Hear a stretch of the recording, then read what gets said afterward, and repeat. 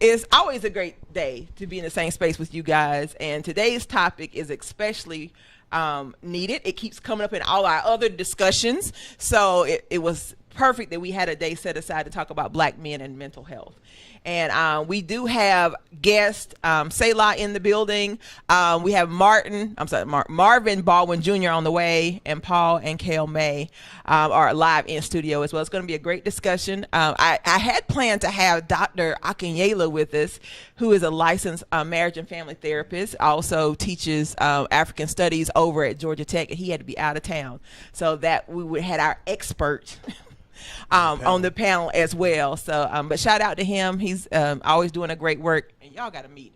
Never mind. I was just thinking about that while I was talking. But I want to go ahead and make a couple of announcements. You guys got anything you want to shout out, want to talk about? I know you always got stuff going on. Anybody else want to mention anything? Just want to shout out to everybody that supported the V12 en Blanc event on this Saturday. It was amazing. It was 21 of my bestest and closest friends. Whatever. But sometimes, like I tell people, it's always the first one. Getting that first thing, first whatever done. Then, like I tell everybody, I can breathe. I know my name again. I can breathe. I can exhale. I can go back to answer a text. So V12 Foundation now is in full effect. So we about to go ahead and impact this community the best way we can. Well, you know, we just getting ready to fill up your calendar with other stuff. I know. You do know. Okay. Bring it on. Musa. Man, it's May 1st. May is that month, especially in my family. It's like crazy. I don't know what happened in May, but it's like rebirth. And in my family, it's like 100 birthdays in May. Oh, wow. Including mine. Like, seriously. I mean, like, today's the first birthday. Wow. That's how it's starting to go. But May has always been a good month for me. I'm feeling some new energy. I just got my copy of the Regina Sunshine book. You know, a lot of good things going on. I finally got my copy. She was holding back on me for a little bit. Wow, you ain't right. But a lot of good things going on. My daughters are going to be on the Women's Symposium. Destiny Daughters of Promise this Saturday. So I'm excited. It's a lot of new energy. They're excited about her coming. And then, of course, she's excited because one of her favorite characters, from The Walking Dead, is going to be there. Yeah, exactly. She asked me about her a lot. Well, that's why I say come early. She can sit where she want to sit because you said she wanted to sit beside her. Yeah, she did. So get there early and say, sit with me. I'm going to tell her that. Cool. All right, Michael Supreme. Well, a lot of good things. Excited about May, like my brother Musa said. Found out 2 weeks ago I got my first kid on the way. Yes, congratulations, brother. So that's amazing. Really get to step into manhood for real. Yeah, and so that's exciting. Doing a lot of things at the Andrew and Walter Young YMCA right now, you know. And so actually in a position where there's conversation about putting me in a position to be on the board of directors over at the YMCA. So that'll be big for everything that we're doing as a whole, and big for the community as well. And so one of the biggest plays we got going on at the Y is this Saturday. We're actually doing a Healthy Kids Day. You know, where all of the different YMCAs in the area coming together at the Andrew and Walter Young YMCA to really connect and do some major things in the community. So that's something I'm really excited about. And then getting the boss men in there so we could do some work, you know, lay some foundation. For sure. So yeah, that's exciting. Let's get it. And an ambassador title. I know, isn't that awesome? Well, you know. The last thing. Go ahead. Last thing. Been working on the curriculum, right? We launched this curriculum, Game Changers University, at the YMCA on tomorrow, you know, and so that's a big deal to be attached to the Andrew and Walter Young's name, to a curriculum that's going to be able to platform entrepreneurs across the world, you know, to be able to do things when it comes to development, impact, and execution, and then really focusing on that generational impact piece. So that's exciting. Wow. I love it. You know, the first time we met you, the first time you were in this space, Lara said, there's something special about that dude. He said something special. So I'm just thankful that you've agreed to be a part of what we're doing to help us take B.O.S. out into the community, because we've often said it's not about just this space.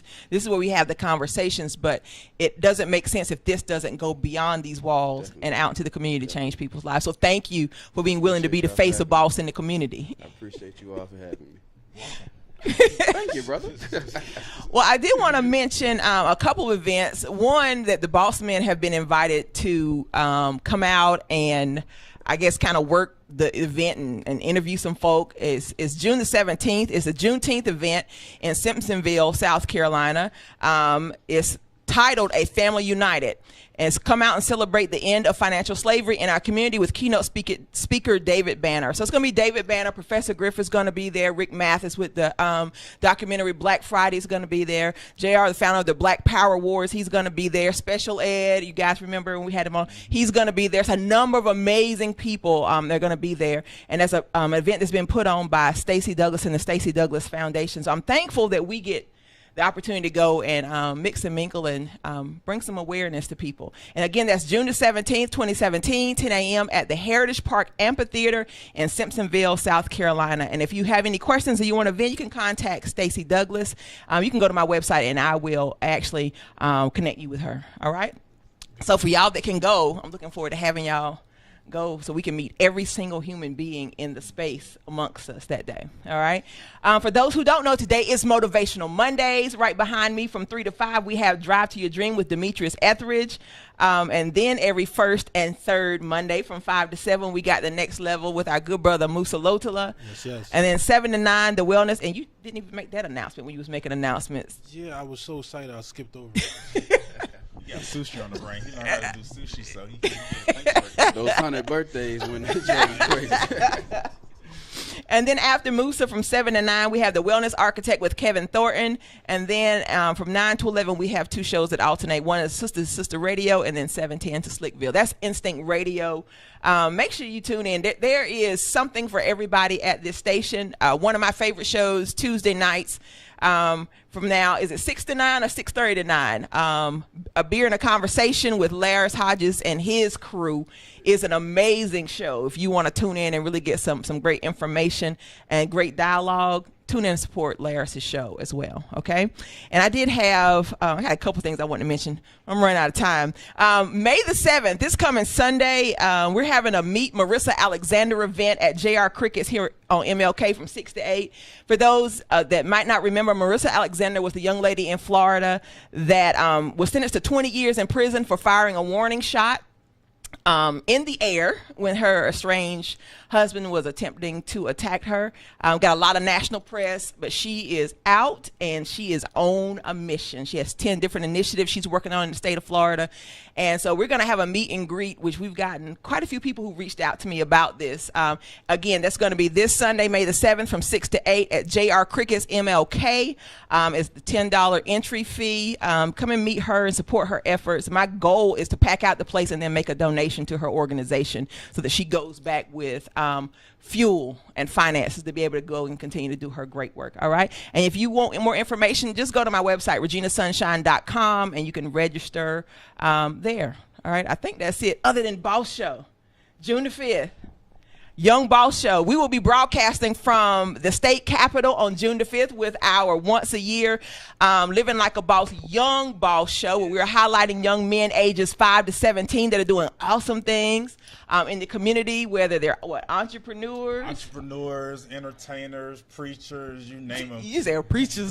Go ahead. We got one as a preacher, so I'm hoping this schedule is open so we can have them out there and everything. So yes, it's always a blessing to be able to highlight our young men for the positive they're doing as opposed to what the media continues to say they are.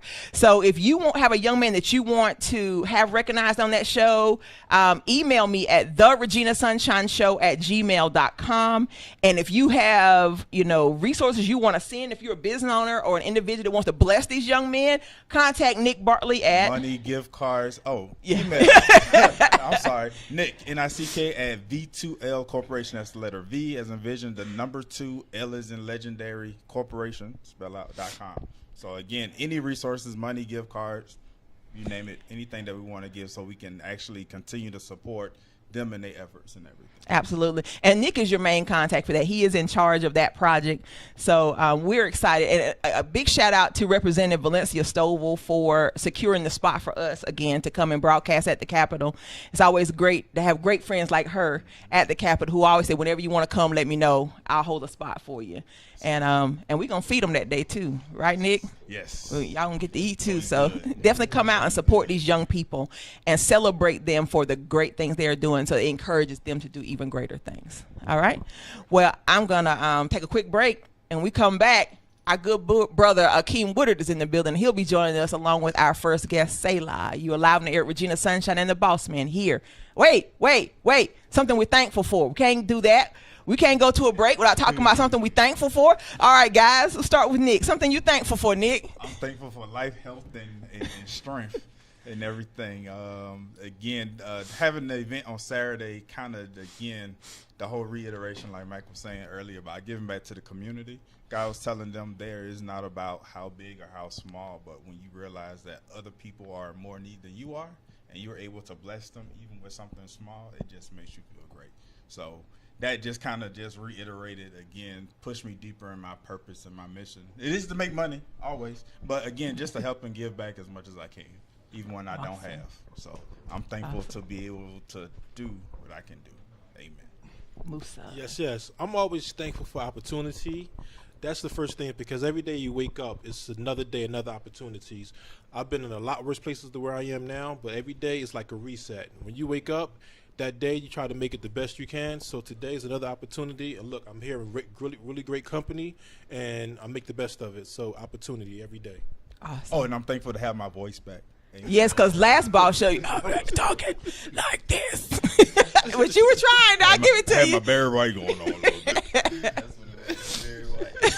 All right, Michael. Well, I'm thankful for life. You know, I'm thankful for the opportunity to understand that what happened before where I am right now only happened to help me get to where I am right now and where I'm going. You know, and so thankful for peace, understanding, clear minds, and fellowship. As so Michael Supreme. Well, yeah, I'm thankful for divine connections and the beautiful relationships that are developing on this path, because there's so much that we want to do, but it's so much more effective when we do it together, when we unify. And so I'm thankful for the relationships that are developing that are going to help us to be able to unify and really do a great work in the community. All right, and now I'm ready for that break. You live in the air, Regina Sunshine and the Boss Man here on the Living Like a Boss show. Tell a friend to tell a friend. Download the app on Google Play, Instinct Radio, or go to instinctradio.net. And now, back to the hottest sounds around. Instinct Radio. Shout out Shy J, man.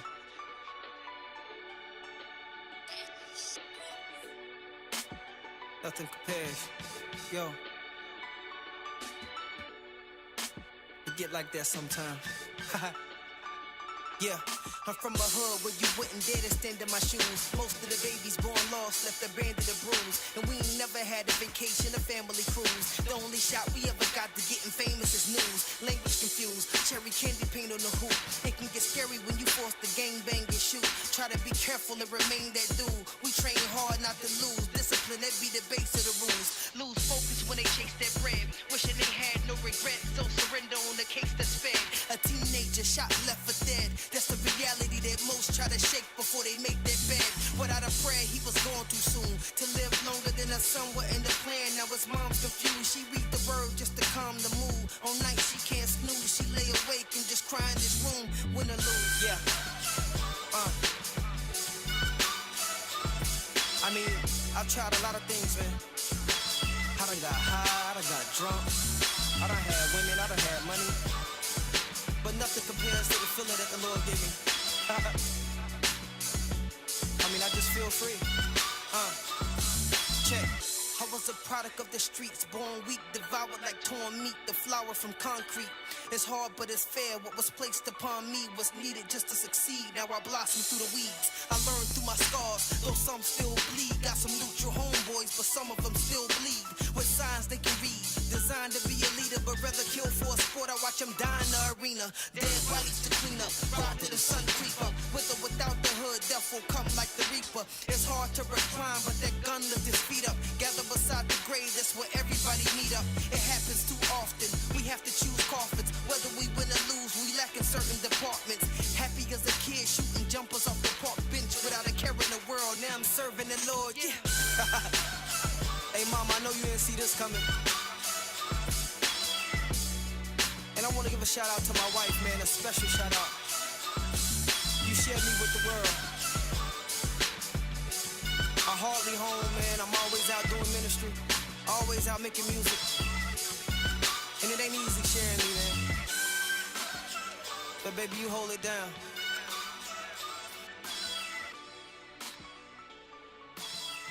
Nothing compares to you. I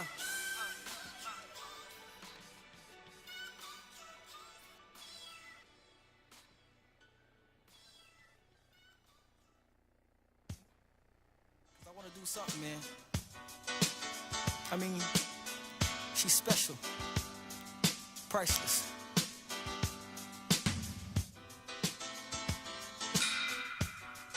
I gotta let her know. It's for you. When she speak, it's so intelligent. I'm lost in between conversations, only heaven sent. Life is but a dream, and shorty's so cold. She put ice in the cream. I'm usually under control, but tonight I'm a fiend. I saw her at the mall. My very first thought is she need a round of applause without having to take it off. But quickly I shook it off. Was popping, my name Al. Together we both fly. We drop from the same clouds. And when she smiled, it gave me confidence. Honestly, it's a privilege to give her compliments. Usually in relationships, males hold dominance, but shorty independent, she don't need a man promises. Do your thing, ain't trying to interfere. I just want to make an impression by rhyming in your ear. This a perfect opportunity, but timing isn't here. You a diamond in the rough, and I'ma find you if it kills you. Yet another night, I'm sitting here alone. It doesn't seem right. I'm waiting by the phone like she got me, she got me. Ladies and gentlemen, you're now tuning into the very best. It's yours truly, Jazzy Fizzle, Fizzle, Fizzle. And this is Instinct Radio, man. Tune in, baby. Oh, boy. All right, you guys, you're back live on the air. Regina Sunshine and the Boss Men here on the Living Like a Boss show. And we've been joined by two more people. First of all, I want to greet my good brother, Akeem Woodard. How you doing, brother? Doing, Queen. Doing well. Doing well. What's been going on? Anything new? Anything you want to share? Some of everything. We fed we were feeding our apartment complex Saturday. So usually when people see a church come lay out, we want to feed no hot dogs and hamburgers. We had chicken, beans, rice, cornbread. We had the layouts. Yeah, potatoes, hams. We had all that. Oh no, you You were about to go in. You did go in. You were about to go in right quick. So the people, we serving the people. So we get my wife get a call from the complex to say shut it down. Because we are selling food. But we wasn't selling. But people think that most time you see churches, they selling fish plates, they selling. Yeah. It's always we selling. But to have something giving out that much food, people say they had to been selling before they even come check. Wow. So they shut it down, which was just an indication of God saying, don't feed no more of these people. I got somebody else for you to feed. So we went down on Pine Street. There you go. And fed the people that was gracious for them greens. They was gracious from them greens. And just to see women and children, hungry. And I thank God for being obedient, for being obedient to him and not saying we're going to continue to serve. Because we had gift cards and everything. So, we just started giving out gift cards. I'm on a mission. So if you see my face in a store, I'm going to always have a $10 gift card with me. I'm going to give out $200 every time I get paid. I'm going to give away $200 worth of gift cards every time I get paid. So that's me in one in your pocket right now? You just missed me, bro. Yeah, I gotta be obedient. I seen people in public. You smile, somebody smile at me and say, have a nice day. I said, no, you have a nice day. Just I love that. Being obedient to your real self. Yes, too many people frown. Don't frown up at me because you ain't gonna get nothing from me. But I just want you to smile and be yourself. So that's what we're trying to do. I love your heart.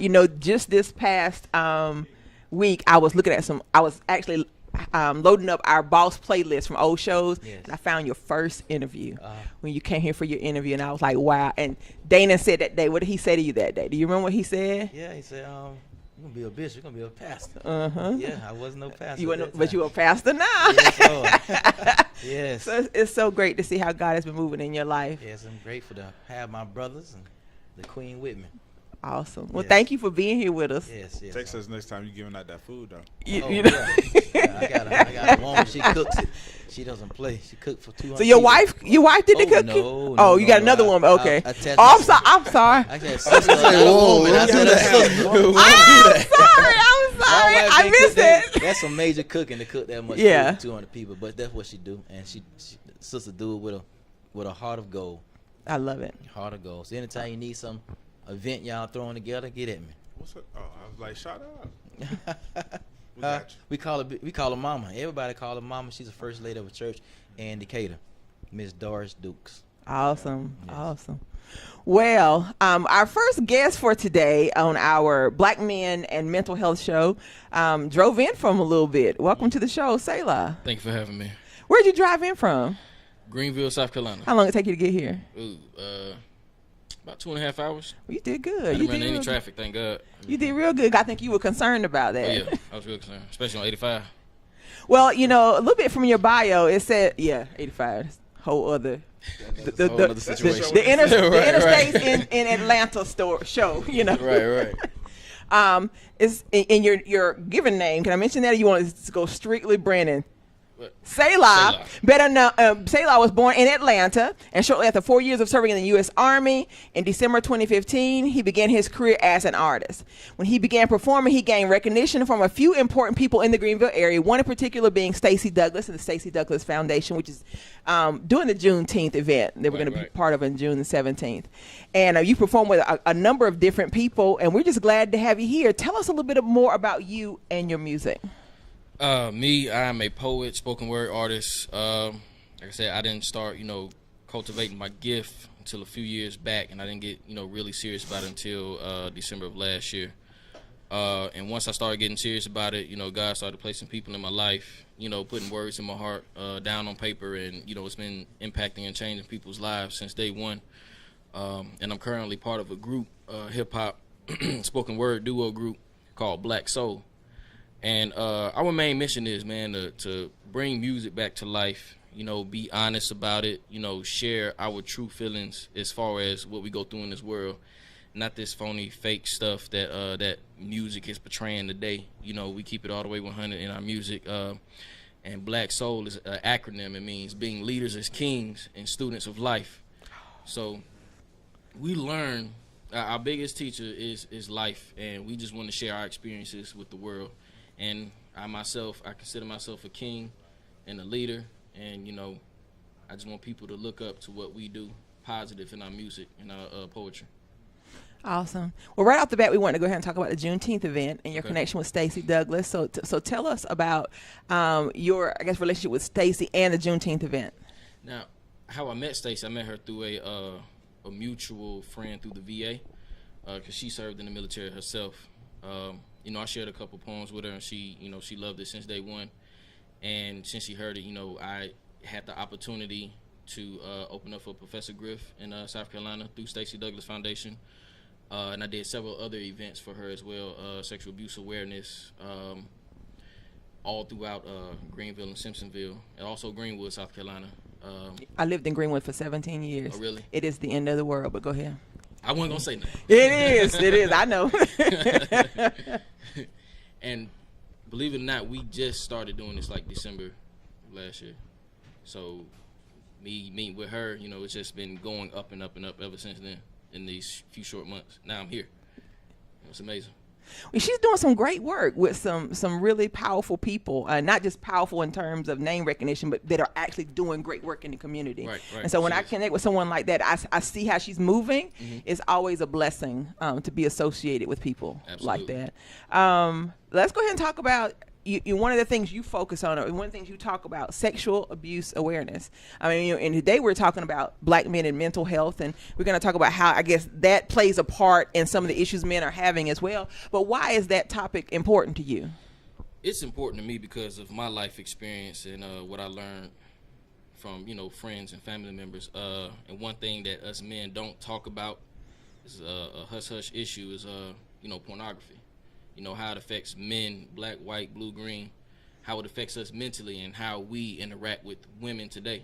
We view them as objects, a piece of meat based on the images that's been, given to us, either passed down from our father or friends, and me, myself being young, growing up, that's all I could think about was getting with this woman and seeing her as an object and not as a human being who has feelings and emotions. And that really, hindered some of my relationships, because of that, and it's dangerous, man, especially as a child being introduced to that.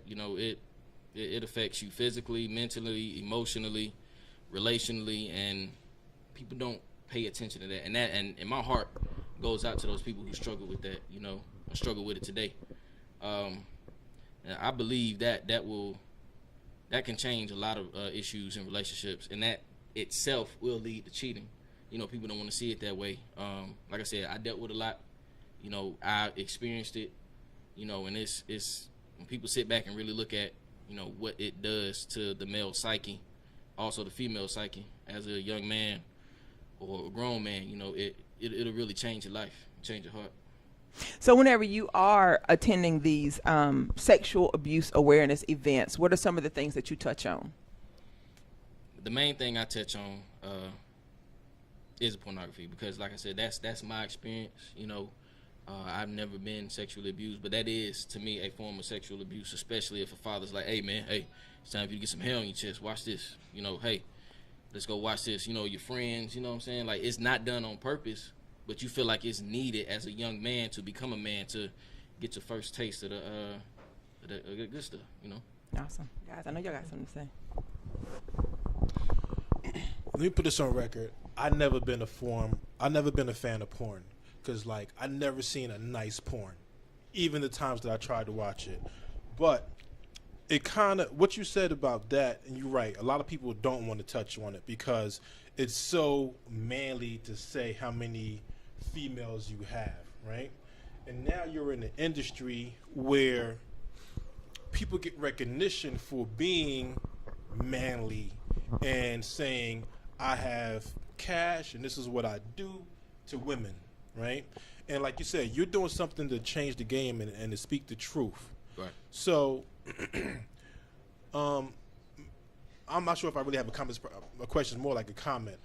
I would really like to see and maybe support you in seeing how we can combat that and change that kind of culture in hip hop, right? Right.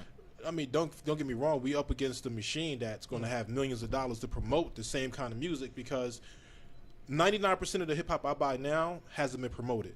I search and find it on YouTube, and I'm like, oh my gosh, this artist has a new album out.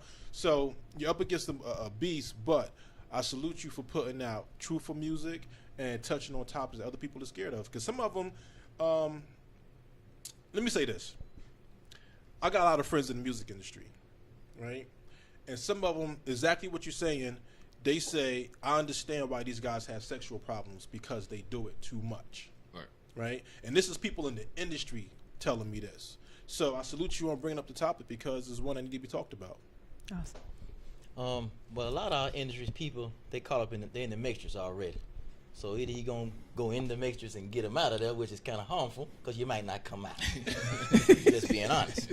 So my goal is I don't you know, when people get into the mixture, they get older, they get rigid in their way, and we spend a lot of time trying to pull them, and we forget the other generation following right behind them. So my to you is, what can we do that will start our young men to be able to express themselves in a poetic way of their emotions? Any kind of curriculum that you can go into a school and you have you design something like that to teach them, because all they know is rap. Even though they know the form of rap, but don't know poetic way to express themselves. But all of them love Tupac, but they don't know that half of it. Yeah. So what, do you have anything that can go into the schools and help our generation see the understanding better?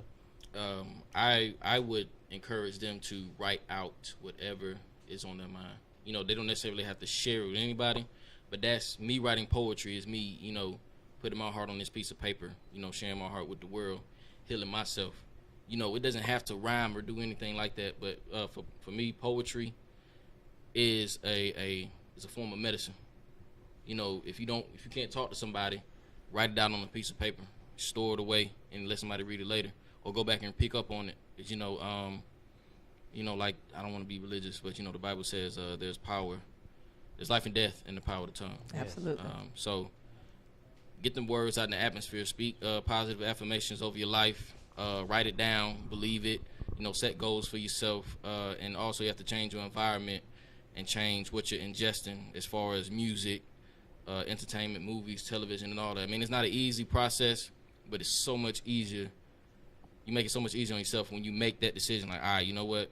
I'm gonna start valuing my women because, you know, I have a sister and I have a mother, and there's a guy out here like me that's looking at my sister and my mother like that, and I'm gonna have a daughter one day, you know. So I don't want them doing that. So why I gotta continue on this road? You know, I'm excited about what my brother's talking about, what he's doing musically and what he's doing with this sexual abuse situation. Because at the end of the day, what he's speaking about is things that, like my brother here mentioned and Musa mentioned, like men won't talk about. You know, like for real. Like you got Kirk Franklin that spoke out about what the issues he had in relationship to pornography, but you don't see anybody speaking out about that at all. But porn is a highly paid industry, which means somebody's watching it, you know, all the time.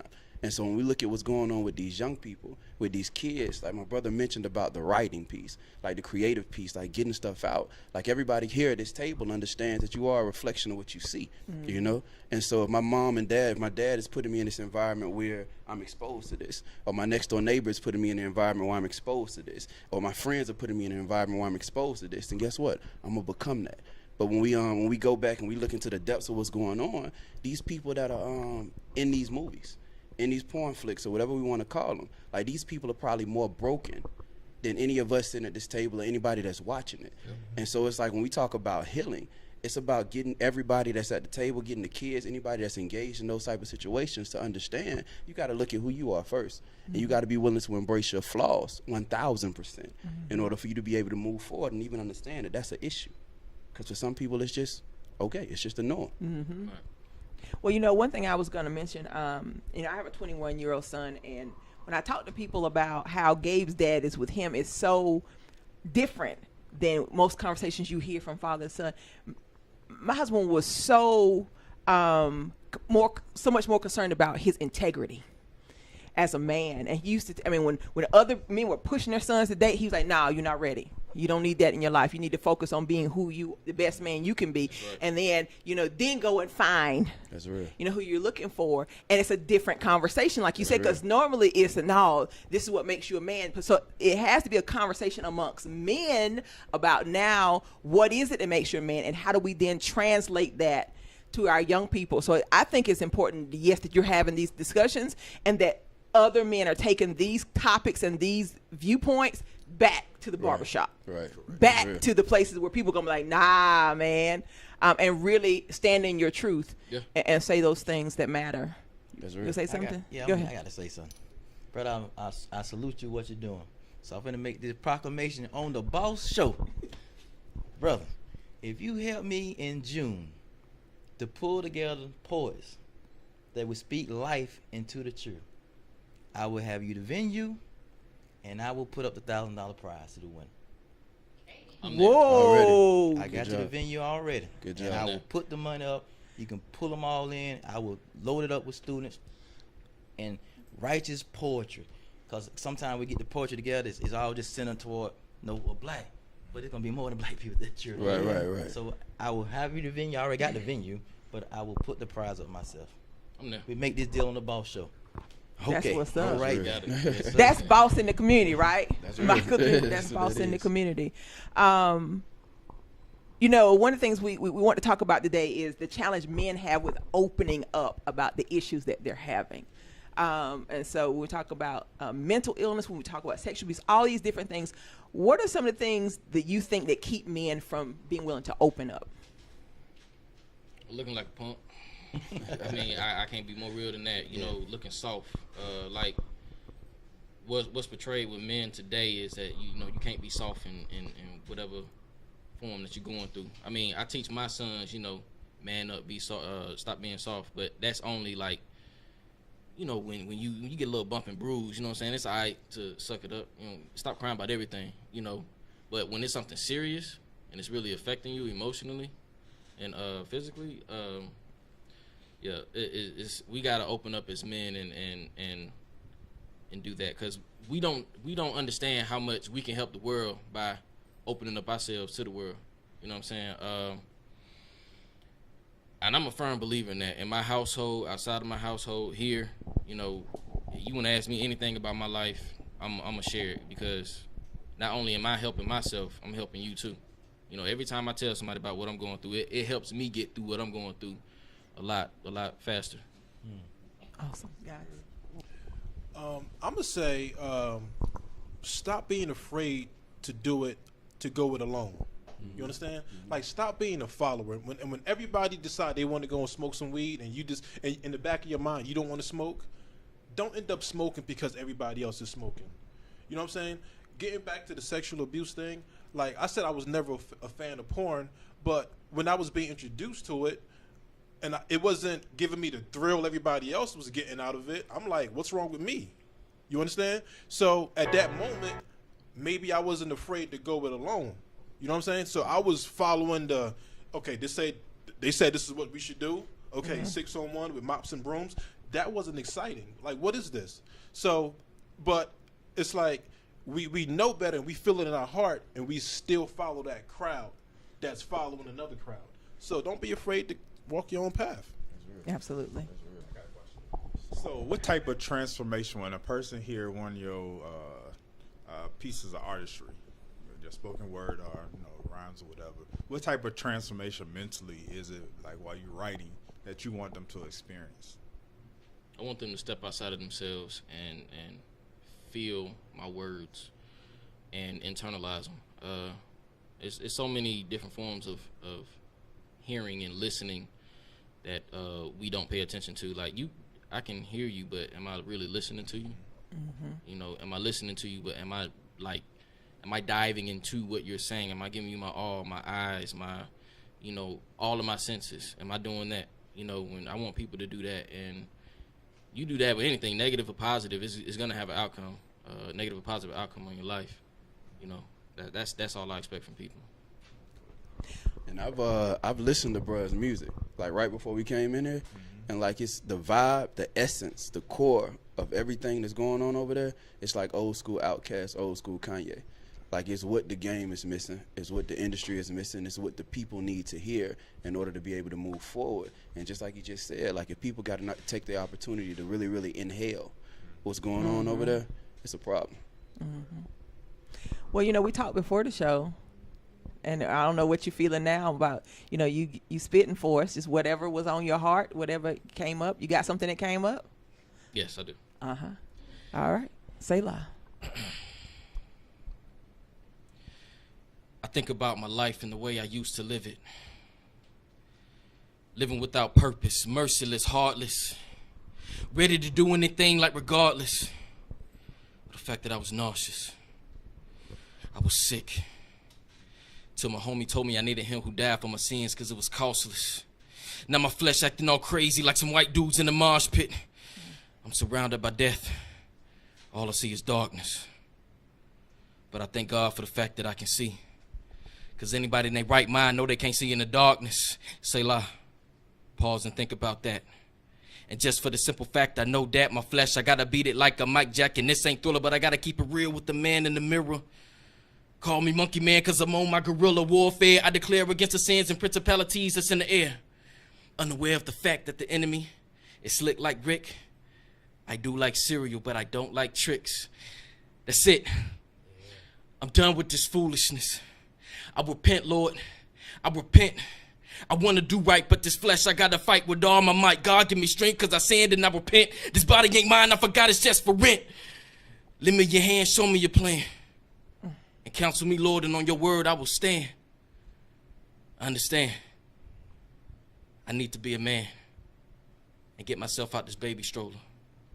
It's over. Now, God, please take me over. Wow. Wow. Yes. Wow. Yes. I felt that down in my spirit. Yes.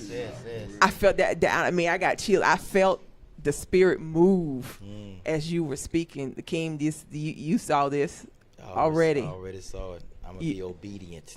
That's real. When it pushes me, I'm going to open my mouth. I got you, brother. We going, yes. So tell us what's coming up for you. I know you said you got a single. You and your partner got a single out. Yes, we have a single out right now. It's on Tidal, iTunes, Google Play, YouTube. Anything you think of is on there. It's called These Yearly Tears. And it's pretty much about the struggle of life. Being in, our position in life.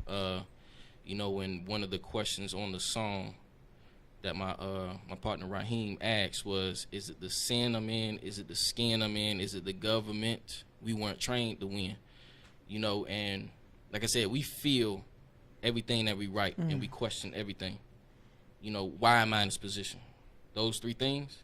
Is it one of those three, two of the three? You know, that's what we mainly focus on, telling the truth 100% all the time. We don't fake nothing when it comes to our writing. We take it very seriously because we know we have the power to change people's lives, negatively or positively. And we got our kids looking up to us. We got other people's kids looking up to us. And we know how powerful entertainment is. And, you know, we want to be gentle with that because, hey, we can lead your kids down the wrong path or we can lead them to righteousness, you know, and be kings and queens and students of life. I love it. I do. Please tell us how we can follow you, how we can support your efforts. You can follow our page on Facebook, Black Soul, BLAKSOL. You can follow us on Instagram, BLAK_SOL.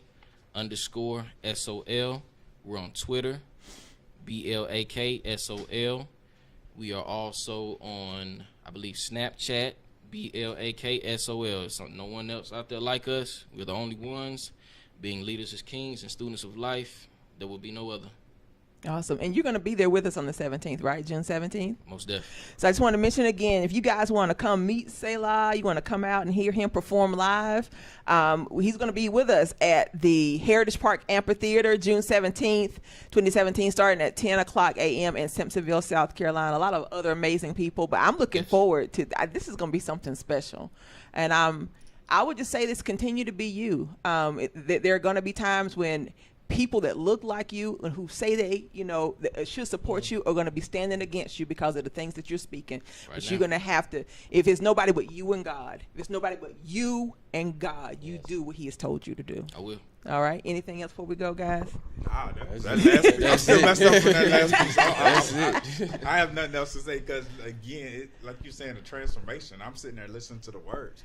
And like the piece that got me when we thought for rent, we forget that we're here on borrowed time. Mm-hmm. We're here to transform and impact other people. We're not just here because I want to be a boss, although we are bosses. But it's still a matter of if what you're doing isn't helping somebody else, regardless of how high and mighty they may have gotten, you ain't did nothing. So I'm still how they say in church, I'm still messed up. Yeah, you blessed us real good. You blessed us real good. Well, of course, you're going to hang around to the end of the show? Yes. All right, we're going to bring all the guests back together for our group discussion at the end. Okay.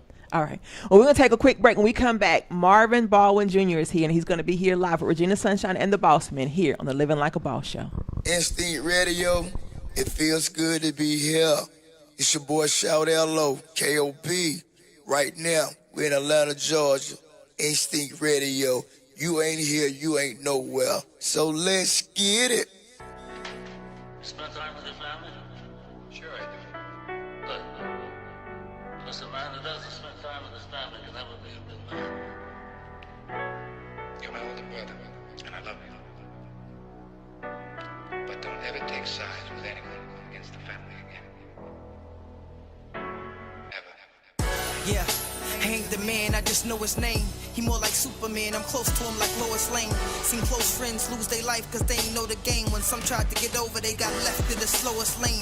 I'm coasting, but the key is to stay focused. Cause God set me apart if you ain't noticed. My past is corroded, somehow it seems to haunt me in my dreams. Me and my daddy got along just like Lucius and Akeem. Not exactly an empire, just excuses from the fiends. Guess that explains why I turned to music as a teen. My stepfather was Muslim, we hardly had words. He did a bid in New York, they released him with bad nerves. Now I got some younger siblings, and I'm so terrified with all the killings. And the thought of heaven gets that more appealing. If blood thicker than water, why is it easier to spill it? Lord, forgive me, cause they got me in my feelings. Yeah, we spread love in spite of how much it hurts. But it's not received well, and they fight against the word, though. Hardly around, my family means the world to me. We shine like diamonds, he made us from the dirt. In this image, we are kings, and we don't fear a thing. David killed Goliath with some stones in a sling. Until it rains fire, that's one thing that we believe that. When you're rock bottom, you still fit for a king. Yo, once before, I dreamt of being happy. I'm from the hood, that's D3, and I hope they draft me. Slave to a servant, to a chauffeur, a humbling experience. How do I grow without knowing about agriculture? soldier, trying to be a dad without one, and be your best friend without one. I don't know where to start. My daughter asked questions pertaining to life's answers, and that's when doubt started cartwheeling in my heart, nauseated in my stomach. Principle of preference, the world says natural. She can be with a woman, and I can keep sinning only if I learn from it. Cause God gave me a choice, society chose for me. Feels good, then it must be right, right? I've been created to consume and enjoy life. Human secularism says, why care? You only live once, don't be so hard on yourself, but I know the truth. Right at how much it hurt, but it's not received well. And they fight against the word, though I'm hardly around. My family mean the world to me. We shine like diamonds, he made us from the dirt. In his image, so we kings, but we don't fear things. David killed Goliath with stones and a sling. And until it rains fire, it's one thing that we believe, that when it's rock bottom, you still fit for a king.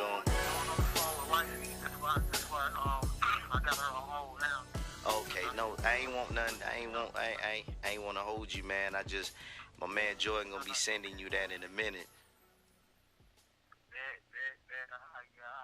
I want to hear it. I want to hear it. So what did you think about the verse that's gonna be on the Rock Bottom track? Oh my God. Hey, listen, man.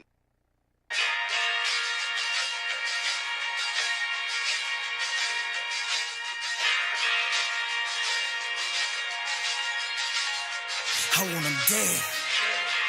Yeah, he gotta go, man. 84. Siege, what up? Yeah. I have an emergency, it's urgent, meaning pronto. He's a threat now when I'm gone before the morning like Alonzo. It's a thought that's in my head, it won't be long until it's gon' show. We used to ball like Boston, he was Kevin and I was Rondo. But now I see a shift to the atmosphere, cause he ain't eating. He insisted he was the one who got me here and he ain't leaving. Back then ain't know my purpose, now I'm in a different season. The money gets so intriguing like he's begging me to feed him. Influenced by negativity, so I let him have his freedom. Snatch money from undercover cops, forgive me I was fiending. True story and I couldn't stop, the battle had me swinging. It was biblical, it seemed I was fighting my daddy demons. I was introduced to who was in charge and they called them Legion. I couldn't tell cause it was too dark, it was hard to read them. The attack was strategic, but of course I couldn't see it. Premeditated murder determined to stop his breathing. I done about lost my cool, better move to the back of the room, I'm about to suit up. I done put the mask on, about to catch a body, catch a cab home. I done said too much, y'all gon' think I'm in my feelings. I was tired of dealing with me, it's murder. 84. Premeditated my own fate, if I'ma live I gotta die today. Jumping off the porch like life gon' run its course. But of course we never knew that's like shooting a dead horse. I know brothers who kill brothers but refuse to eat pork and don't choose to support their son until they make them in court. Then they grow up to be indicted like you and I, cause I ain't no different. I was 1 June away. The biggest station in the world, playing all of today's hits. You're listening to Instinct Radio. All right, you guys, you're back live on the air with Regina Sunshine and the Boss Men here on the Living Like a Boss show. And we have our second guest of the day, Mr. Marvin Baldwin Jr. here with us. Welcome to the show. Yo. What up? You know, I'm going to read just a little bit of your bio because you're right. I could tell it was condensed. Probably several pages from what you got going on. It says, a native of St. Louis, Missouri, Marvin Mr. B. Baldwin Jr., a mind, body, soul healer, is a well-rounded actor who is well-versed in improvisation, comedy, and drama. Marvin has had his directorial debut in The Woman I Am Today stage play. He is no stranger to the stage as he has worked on numerous other plays over the course of 20 plus years. Marvin also is an acting character development coach. I never heard of that. Marvin is, and this one was interesting, Marvin is a celebrity professional roller skate instructor, celebrity massage therapist, lymphatic drainage therapist, and many other things. Welcome to the show, Marvin Baldwin Jr. Right? That's why I had to condense it. Yes. Well, you know how we met. Your beautiful daughters were here on our Young, Gifted, and Black show. Yes. They were also, one of them was here with, I guess Michael Dreamer, Michael Supreme, when he was on the show as a guest. And when you walked through the door and I had the opportunity to meet you, I knew that this was a space that you need to be in. So thank you for taking time out of your schedule to be here. So we're going to get right into it. Since I didn't know anything about the acting and the entertainment industry, tell us about that. Well, I kind of got deboed into the game. 22 years ago, church I used to go to in St. Louis, it was the writer, director of the play. She was like, hey, I got a part for you.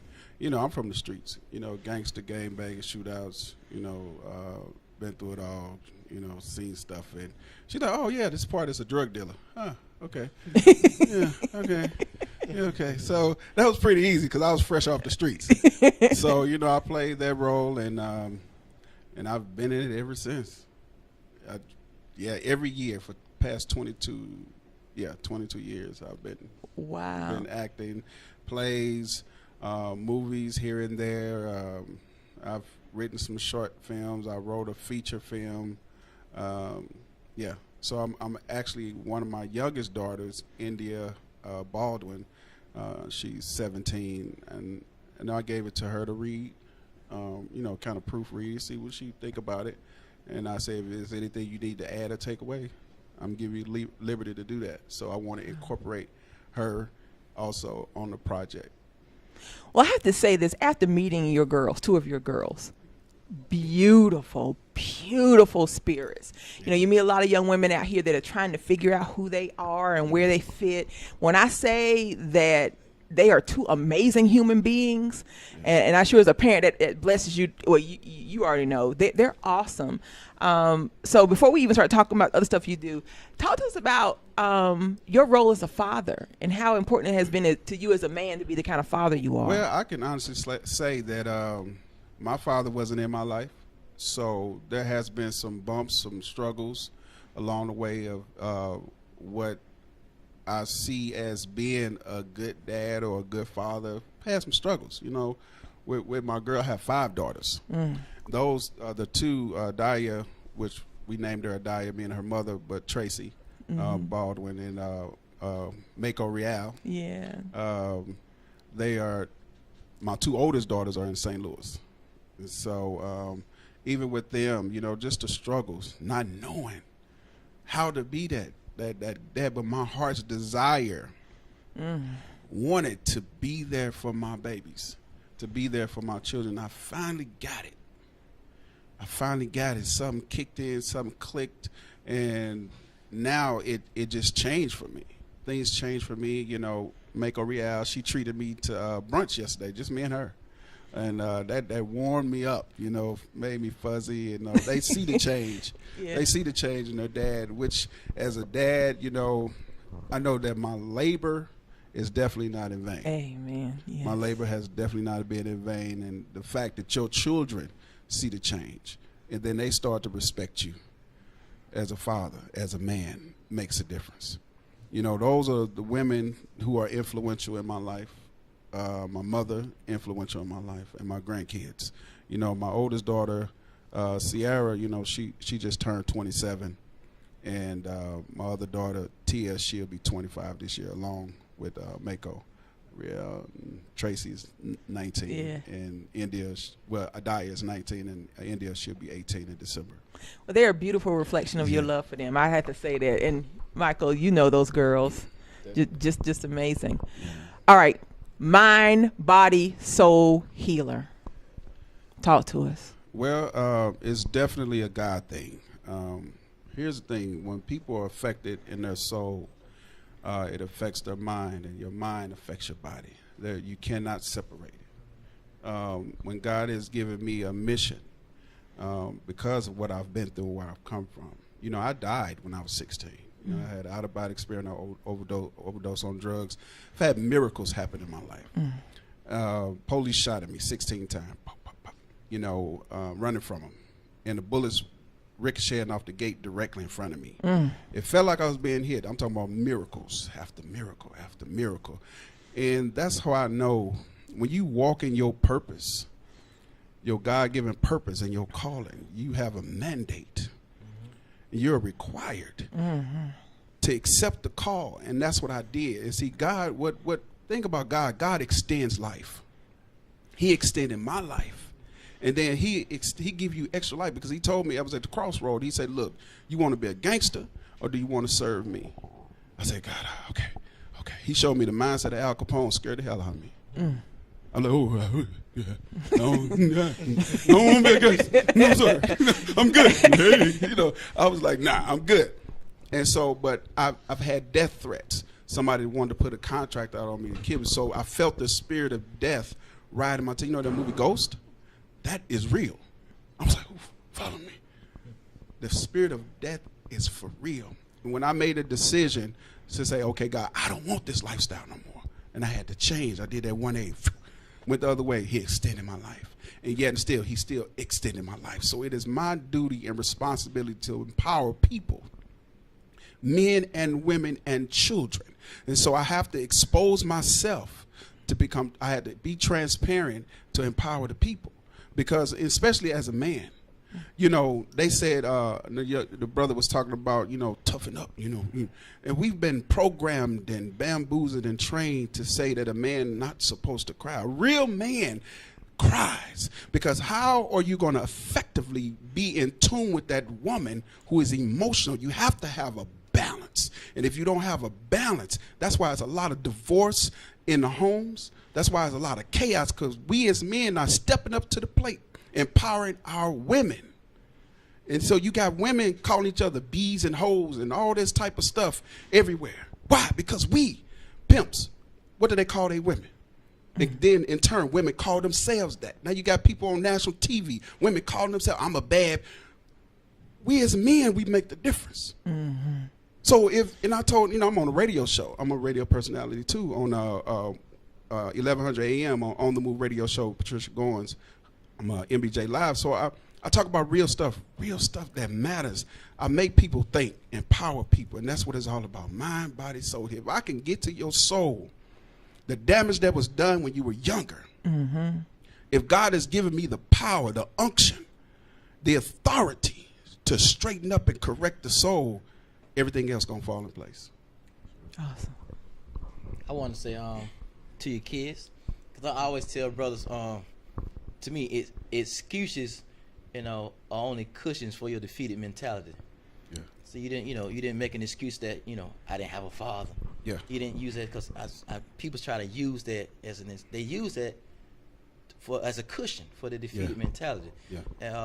Because I'm a firm believer, just because we didn't, a lot of us African American men didn't have father, it's not an indication that I'm gonna mess up myself. Yeah. Because at least I know what I didn't have. Yeah. I know what I need to do. Mm-hmm. So with that, that's what I wanted to say that. And concerning the mind and body, how did you? I know you said you came from the gangster and started doing that. Yeah. Right now, what do you tell a female who's going through that kind of issues right now, dealing with her identity? Well, her identity. So what I do, because too, my foundation, I'm a worshiper. Mm-hmm. And so I tell her, tap into the little girl. If her name is Vanessa, talk to her. Because that's where she was broken.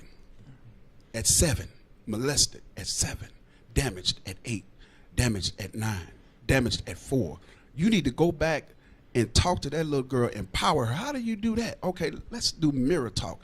A lot of people can't look in the mirror and speak to themselves and say that they're beautiful. They can't do it. It's a struggle for a lot of people. So my job is to, if I have to hold her hand and say, look, grab a mirror, speak to yourself. Had this one sister, man, broken tears, couldn't even do it. But she ended up doing it because I was right there with her. Coached her through it, man. And so it's a ministry. I can't get around there, brother. I finally accepted the call, man. I said, look, God, use me, man. I'm your employee. I work for him. Period. Dude, I'm not ashamed. If I'm in the middle of a mall, brother, I would lift my hands and worship. And I tell people, I say, we can lift our hands to Jay-Z, Beyonce, Rihanna. That's my jam. What you doing? You worshiping them. But yet, still, even in the churches, we can't even lift our hands and worship God because we embarrassed or ashamed that somebody might see how we look. Huh? So if you're going to be ashamed of him, you think he ain't going to be ashamed of you? In the church, when worship is going and the power and the Spirit of God is relevant, and we still have an issue and we still have a problem to lift our hands because somebody may see us. You know why I'm blessed, brother? I'm free. When I tell you Hakuna Matata, brother, I don't worry about nothing. I am totally to live in freedom, not knowing where your money gonna come from at all because of what I do, brother, I don't worry about nothing. But God always make a way out of no way, man. Always. And then go back to excuses. It's not just the father, but making excuses, just period in general. I'm an ex-convict. 510250 is my prison name. Locked up. 607. Hey, so you feel me, right? So brothers, you can't continue to make excuses. Sisters, you can't continue to make excuses because you are ex-convict. Oh, the white man held me down. Man, look, I'm a celebrity massage therapist. I've been to college for a neuromuscular therapist. It's a gift. I'm good at what I do. I've acted. I was on Housewives of Atlanta with Kim Fields, filming her on the show. Man, I've done so much stuff. And I'm an ex-convict. Ex-convict. There is no excuse. So now we as men, now we have to look into the mirror and empower ourselves. Because, okay, so what daddy wasn't there? Daddy said he didn't love you. He didn't sit you on your lap, or either mother. So now as I do then our responsibility as men to empower ourselves. Because if we speak it to our women, no, because that's the way God designed it, brother. We have in us to empower the woman and vice versa. But see, if we don't use it and activate, everybody have power. But it's activating that power within you, man, to empower that system. Yeah. That's why, like, it's like we always talk about transparency. We always talk about this thing starting looking in the mirror. And like this is this mind, body, soul situation. Like it's a game changer. You know, like I sat and watched Tony Robbins speak one time. And I watched Tony Robbins take a guy that's been stuttering his whole entire life and transition him from stuttering to being able to speak like we speak in a matter of 5 minutes. Simply by doing what my brother right here just mentioned, which is take you back to where that started. You know, like let's go back to the beginning of this. Like, but the problem is so many people want to say the past is the past, you know, but at the end of the day, if you can't learn from your past, how can you move forward?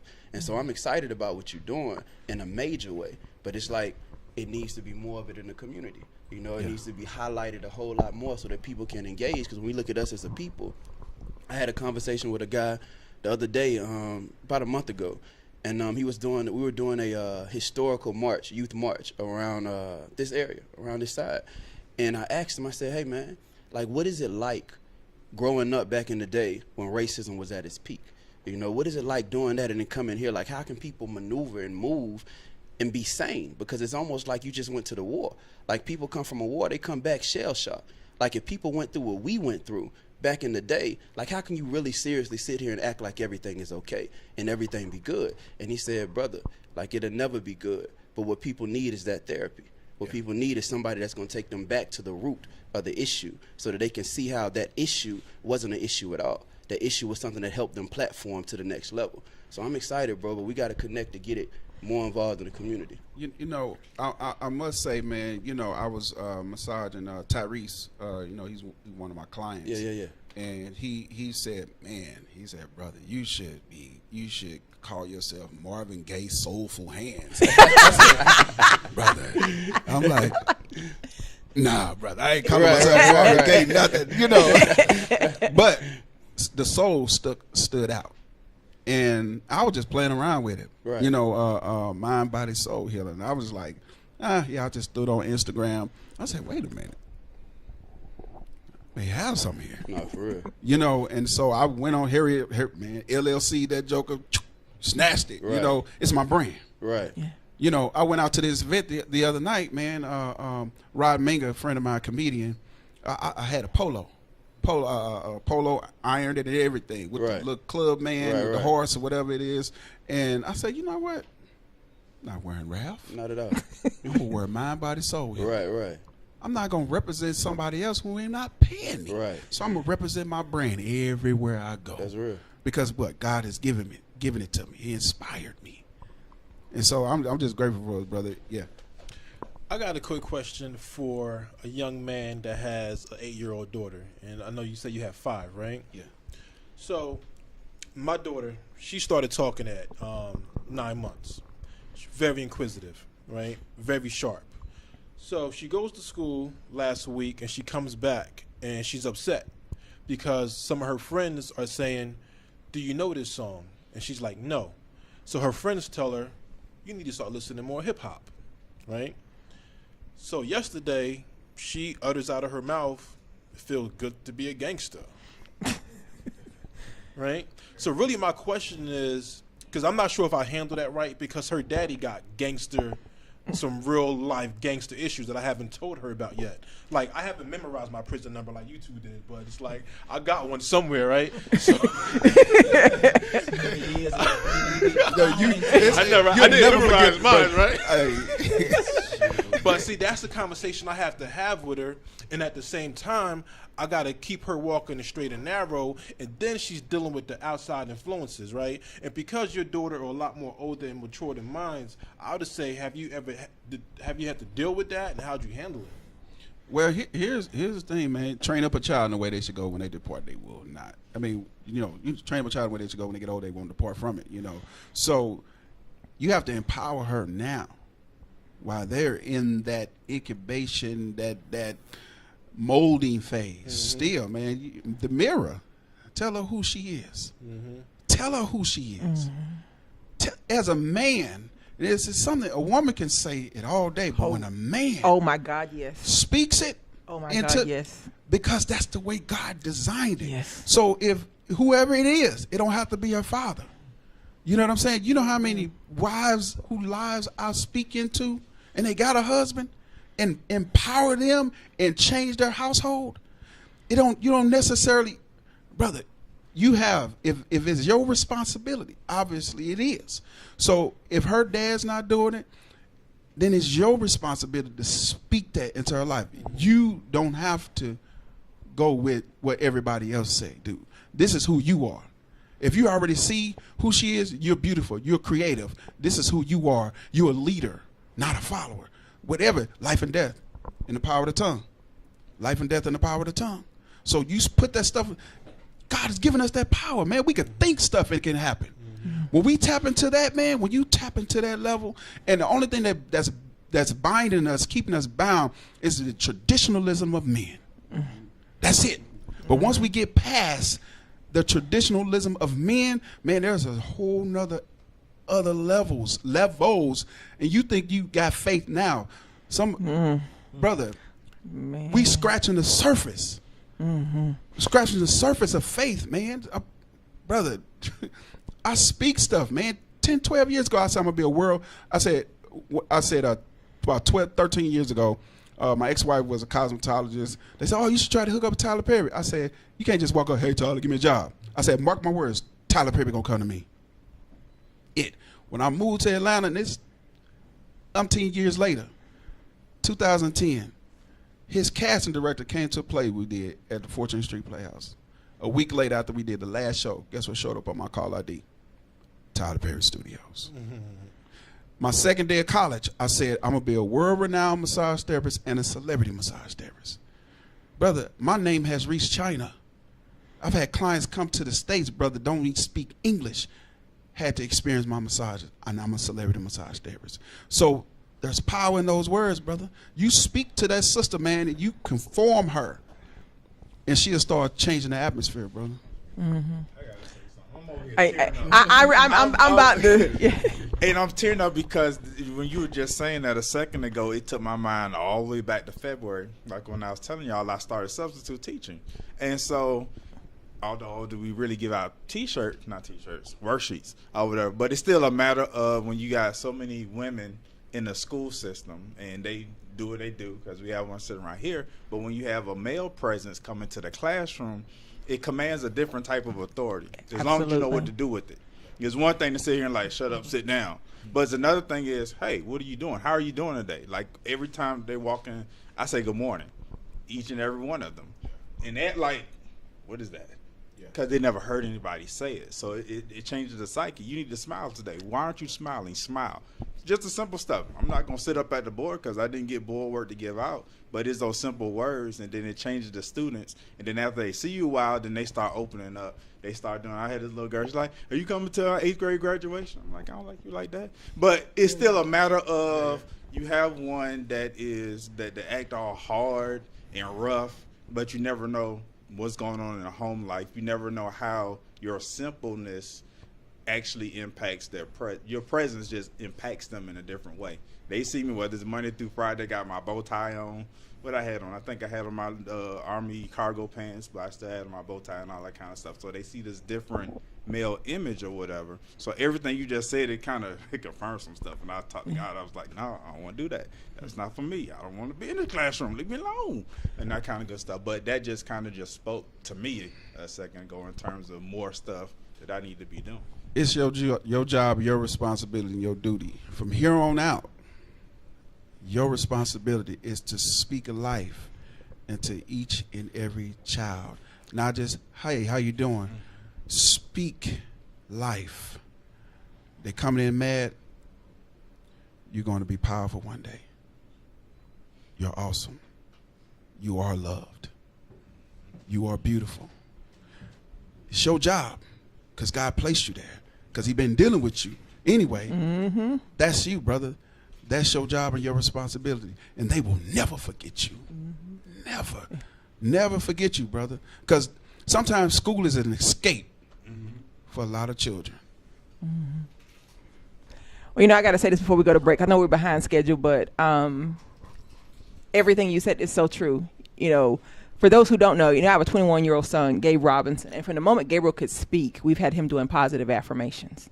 And anytime he encountered something in his life that was challenging for him, we would go back and write affirmations for that very specific thing. And I've always told him, you're a champion. You're a king. You can do anything. And people used to tell me, you're building him up too much. I said, no. I'm speaking to his spirit man. He's going to be able to face anything in this world that comes at him because he knows exactly who he is. And it's huge because I hear parents saying the opposite to their kids. And I'm the parent that as soon as you say something negative to your kids, I come out, no, you're beautiful, girl. You're so smart.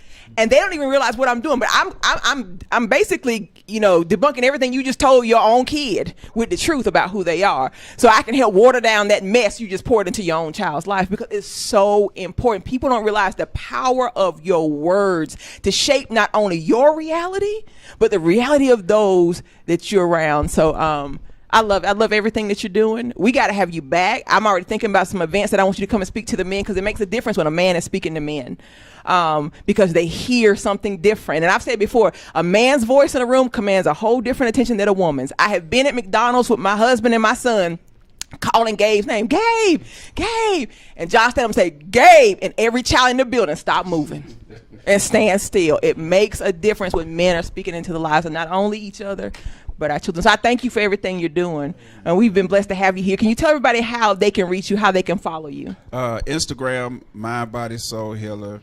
Catch me on Facebook, Marvin Baldwin Jr. Awesome. Yeah. Well, we're going to take a quick break. We want you to hang around because we'll have you part of the group discussion. Okay. All right. When we come back, Kayl May is here to talk about her new book. We're live in the air with Regina Sunshine and the Bossman here on the Living Like a Boss Show. Tell a friend to tell a friend. Download the app on Google Play, Instinct Radio, or go to instinctradio.net. And now, back to the hottest sounds around. Instinct Radio. He shot again, and once my friend felt that shot, he turned around and he put his hands in the air. And he started to get down, but the officer still approached with his weapon drawn, and he fired several more shots. Instantly, hundreds gathered, angered and saddened by what they call a complete overreaction by the officer. Now a family is demanding answers. If there's no justice, there won't be peace. We'll let the struggle go on. Let the struggle go. Watch us let the struggle go. If there's no justice, there won't be peace. We'll let the struggle go on. Let the struggle go. Watch us make the struggle go. Another sad moment in history is pure evil. When justice on the search for the people and never see you. And if you're here to follow procedure, I can't believe you. Whether law enforcement, of course, murder is still illegal. The date was August 9th. I pray see the light and get to dance with Jesus Christ, but they ain't have to take his life. The officer replied with gunshots while he cried, please stop, hands high, with no weapon on his side. I'm a black male who did time for armed robbery. The philosophy of shooting Michael Brown, it still shocks me. The witness say he stumbled to the ground 25 feet. clutching his stomach before his body hit the hot street, gasping for air.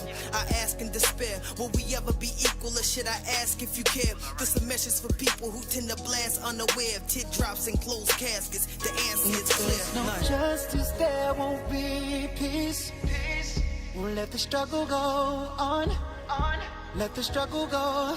Watch us let the struggle go. If there's no justice, there won't be peace. We'll let the struggle go on. Let the struggle go. Watch us make the struggle go. How could you look in the face and tell her she worthless and not be concerned with her heart and break it on purpose? It's sad when a girl need love on the search just to become a victim of generational curses. Mama steady working, she ain't got the time, and daddy got hit for murder, so he's still doing time. It starts with a nickel, then leads to a dime. Not knowing the full potential, she just do it for the vine. They like to see her dimples when they tell her that she fine. Falling for something simple and they say that love is blind, but that right kind of love only comes from above. There's a heaven for a thug who's willing to give it up. I'm an example. Cold dark nights I scrambled, made it hard to reach heaven like my flight was canceled. Never listen to the hype that men do, cause men killed Jesus on a tree and he bled for a reason. There's no justice, there won't be peace. We'll let the struggle go on. Let the struggle go. Watch us let the struggle go. If there's no justice, there won't be peace. We'll let the struggle go on. Let the struggle go. Watch us make the struggle go. Hey, yo, this for all the victims, man, that died in homicides, man. This for all the victims that died out there in the streets, man. Blood spilled in the streets without no apologies, no explanations. This for all the mothers that mourn, man. Rest in peace to the soldiers. No justice, no peace.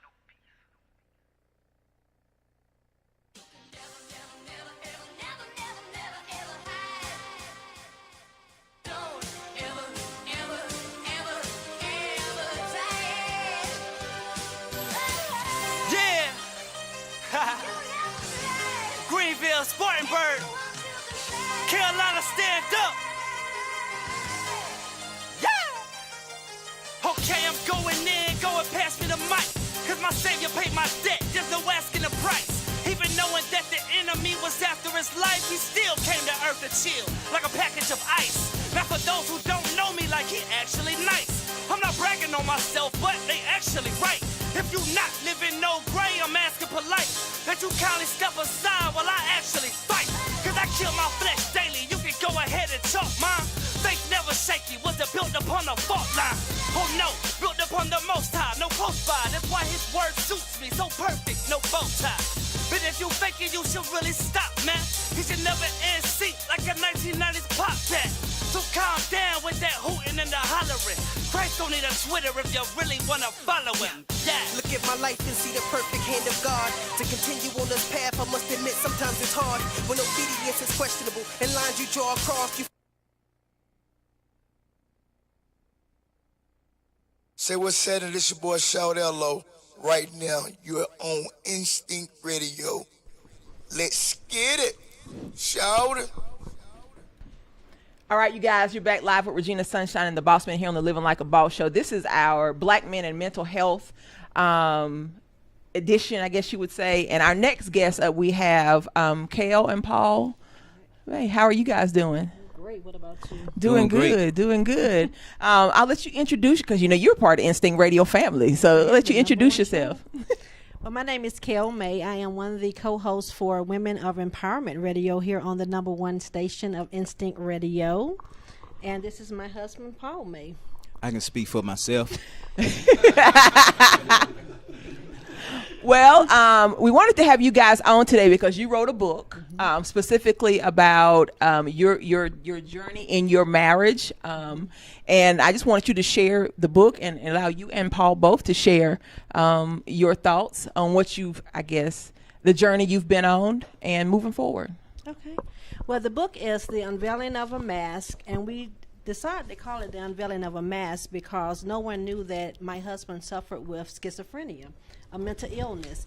And most of the time when people look at someone who has a mental illness, they say, you know, they have to have a certain look or they have to have a certain type. And we were blessed to go with LaQuandra Alexander, L.A. Pink, every fourth Sunday and feed the homeless and prepare different things for them and donate clothing.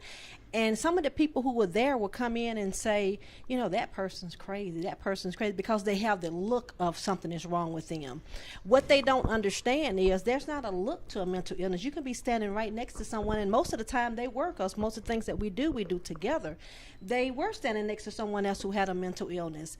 So we wanted to bring awareness to that so people can see that the reason you see someone most of the time who has a look of having a mental illness is because they are self-medicating themselves, or because they don't have the support that's needed from family and friends, because most people don't understand when things are going wrong with you. They think, the first thing they think about when you start to having some of these hallucinations and things, they think that you're on drugs. So by the grace of God, God gave us the strength to be able to, because this is something we never ever talked about before we actually started writing our book, but to share our journey so some other people can see that, you know, there is life after a diagnosis of a mental illness. Awesome. Well, Paul, it's so good to have you here in Instinct Radio Studios today. Talk to us about, I guess, how your diagnosis was made. Well, first of all, I want to thank is this the B.O.S. show? It is the B.O.S. show. I want to thank you for having us and having me on here with my wife. And, well, my diagnosis was like 2001.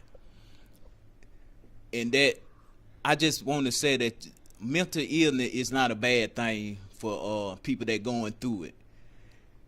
I call it a blessing, because some people can't go through it like I can go through it. Because if you going through something that God is ordained for it to happen, because it wouldn't never happen to me to go through it if he didn't ordain me. I wouldn't be here today to be right here on the TV talking about mental illness.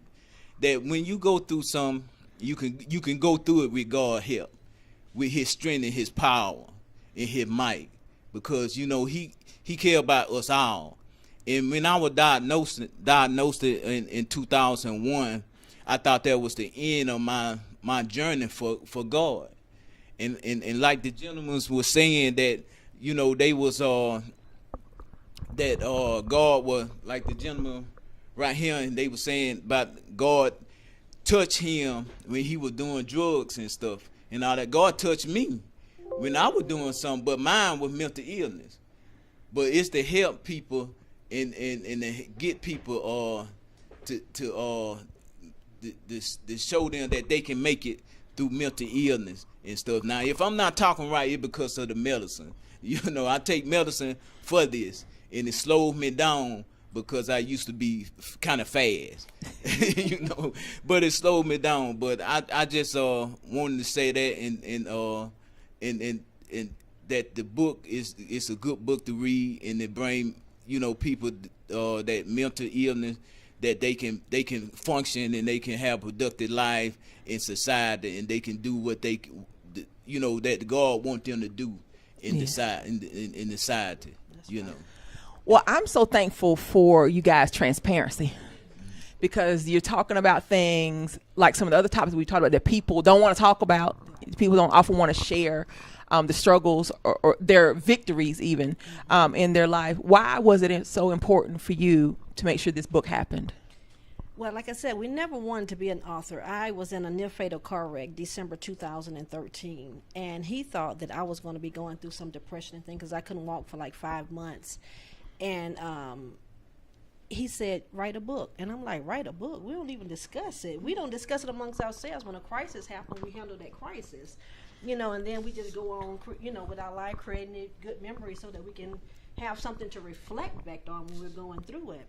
So I never wanted to write the book, but once I saw once I started talking to other people about writing the book, and once we started bringing it out a little bit more, you had so many people coming up to us saying, you know, I have a mother, I have a father, I have a brother, I have a sister, I have a child, my spouse is this and my spouse is that.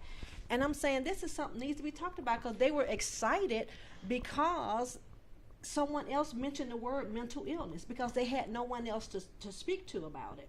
And sometimes it's harder when you're going through the struggle.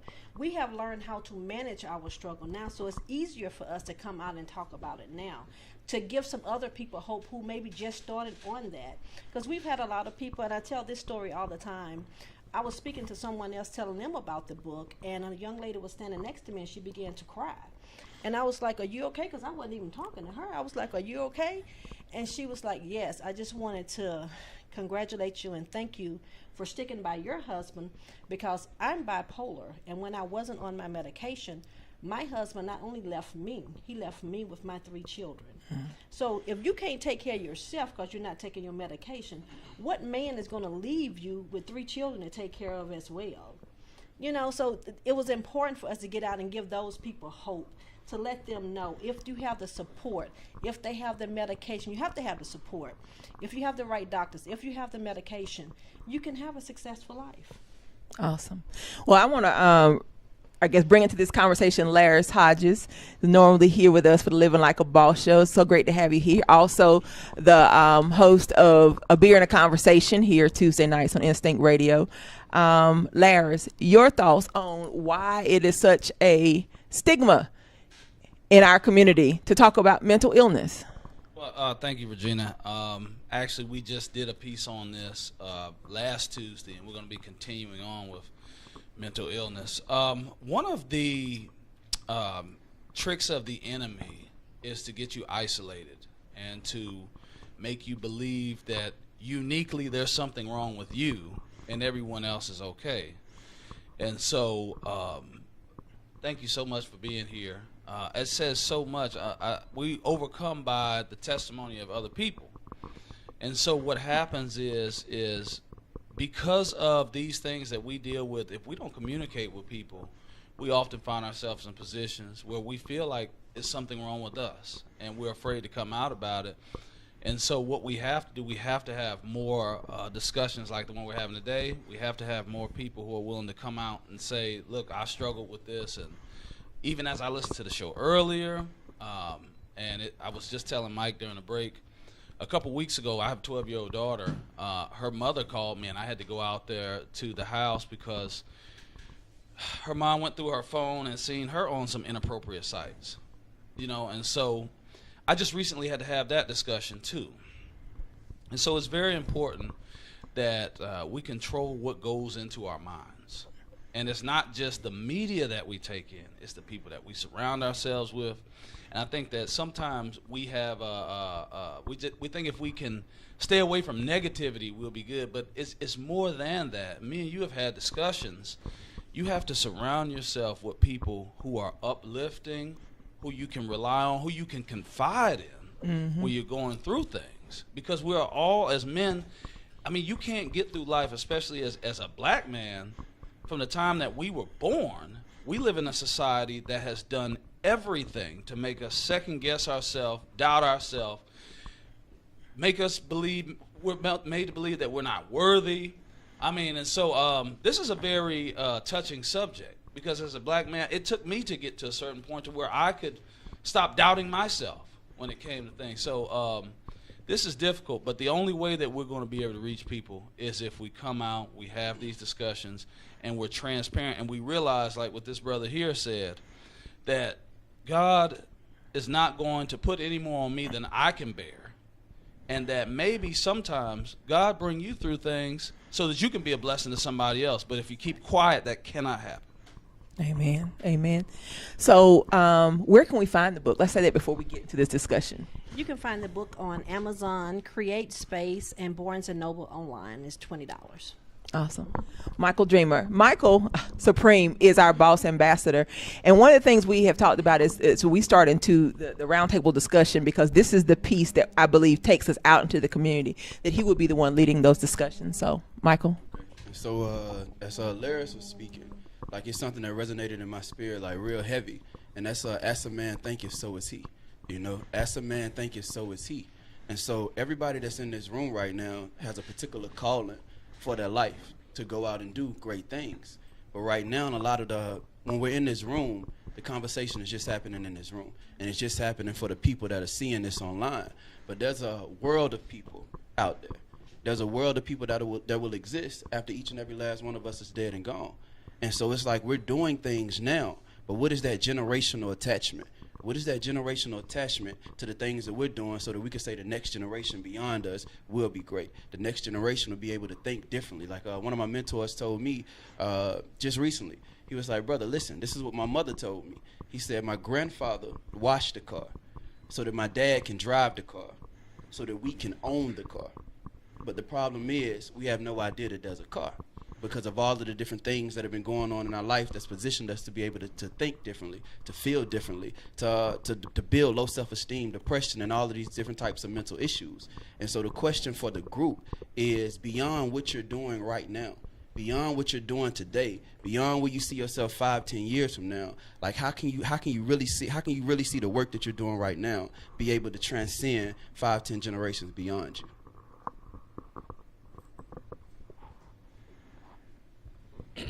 How I can see that transcending time, you have to put yourself in the future, and talk to your future self, which is what I do. Like, this is 2020. What would I want to say to people then? Just bring it back to the time I'm at now, and that's that's what I put in my poetry. I want to reach somebody before they even get to that point in their life where they have to look back and not reflect on how they got there. I'm sorry, Well, I can say something while you're waiting to say, while they're deciding which one's going to say something. One of the things that we're doing, we want to make a movie out of it. Paul is in the process of writing his book, It's Through Mine Eyes, so people can see exactly what he's going through, because it's so important for us to know some of the signs and symptoms. If you're not really connected to that person, you won't know that they're doing something out of the ordinary until it gets too bad where you can't get them any help. So we want to do a movie because there are not any movies, it's not conversations about mental illness. Just like you said, the shift had changed when we came up, because we're talking about something that everyone is not comfortable talking about. And once we get comfortable talking about that and the shift doesn't change, then people can really want to see movies about it. That's only one movie that I know of that's about it. It was in 1988. And I tell you, the same way that people look at schizophrenia and mental illness back then, in 2017 they're still looking at it, and people are saying, you have to make it more romantic. And it is a love story. We met when we were 16 and 18, love at first sight, all of this stuff, and raised a family out of it. But it's also to bring that real awareness. And that was one of the things when he told me to write the book. I was like, well, I'm direct, so it's going to be real, so make sure. So we want the movie to be real, but then they're saying, are people really going to watch it? The ones who need it, those are the ones who are going to watch it. So that's what we want to do to help the future. When I told her to write the book, the Lord told me to tell her to write the book at that particular time. And I was a minister before all of this happened to me. And I was preaching, and I was doing what I was doing for the Lord. I was speaking in young kids' life, like the gentleman said, speaking their life and tell them they can be this, they can be great, they can be, no matter what they're going through, they can make it. And God brought it back to me, and he told me, he said, no matter what you're going through, I put this in your life, you can make it.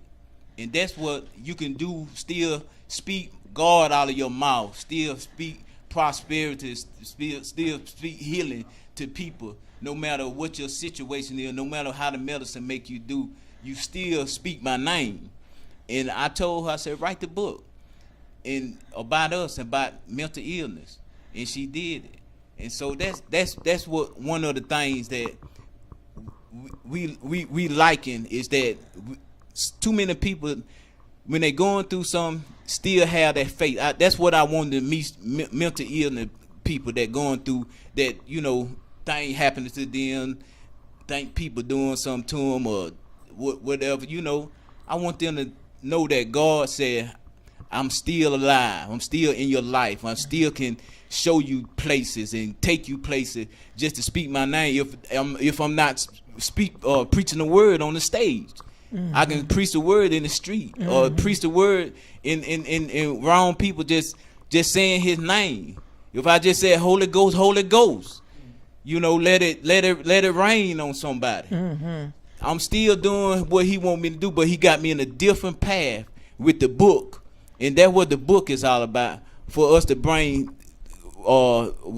restoration to kids that's on mental illness, that if they can take in medicine, that they can still be productive and still live a normal life and still seed in their life and still be somebody.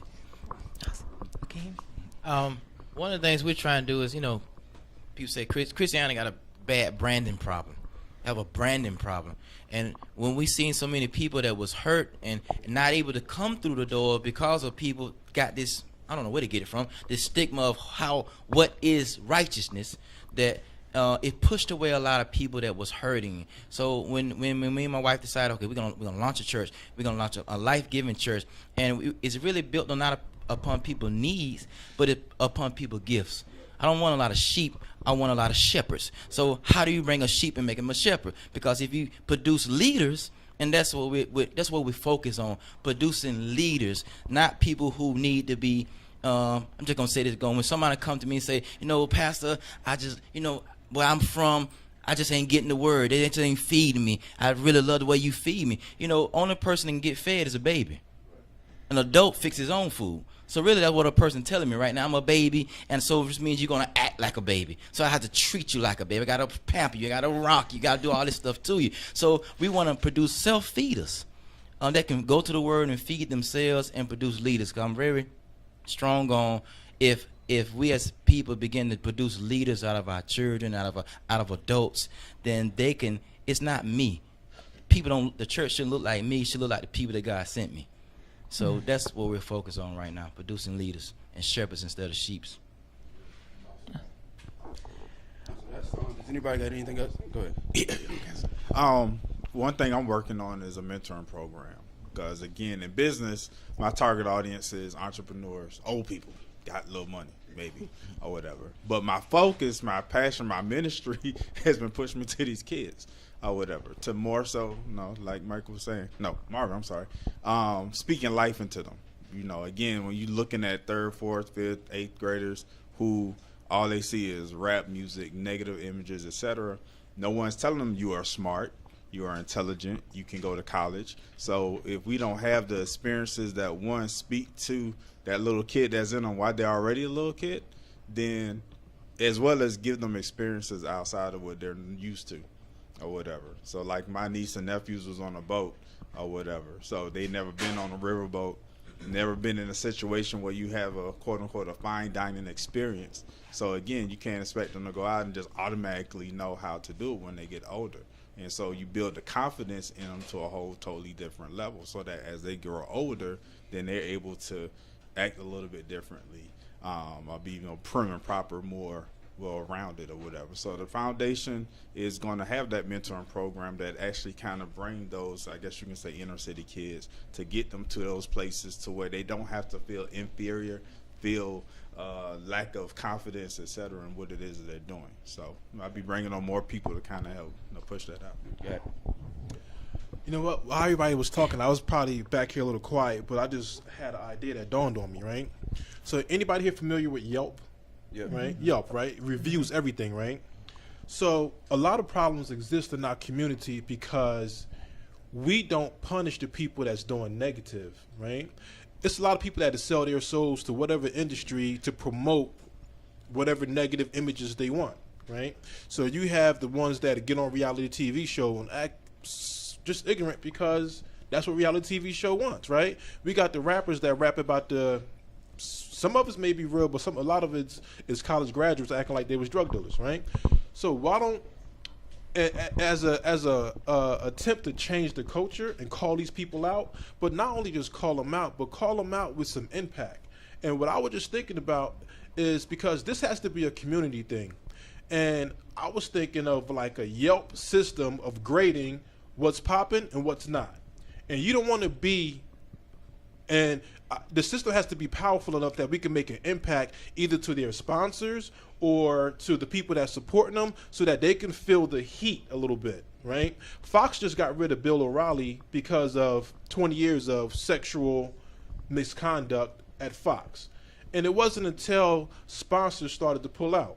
You understand what I'm saying? So with our little, I'm using Yelp, but our little system, because even though we're having this discussion in this room, some of the people that we're trying to mentor and we're trying to target, the other people that's backed by much more powerful systems or more people with bigger money and bigger platforms, our kids are still looking up to them, right? They're going to hear us.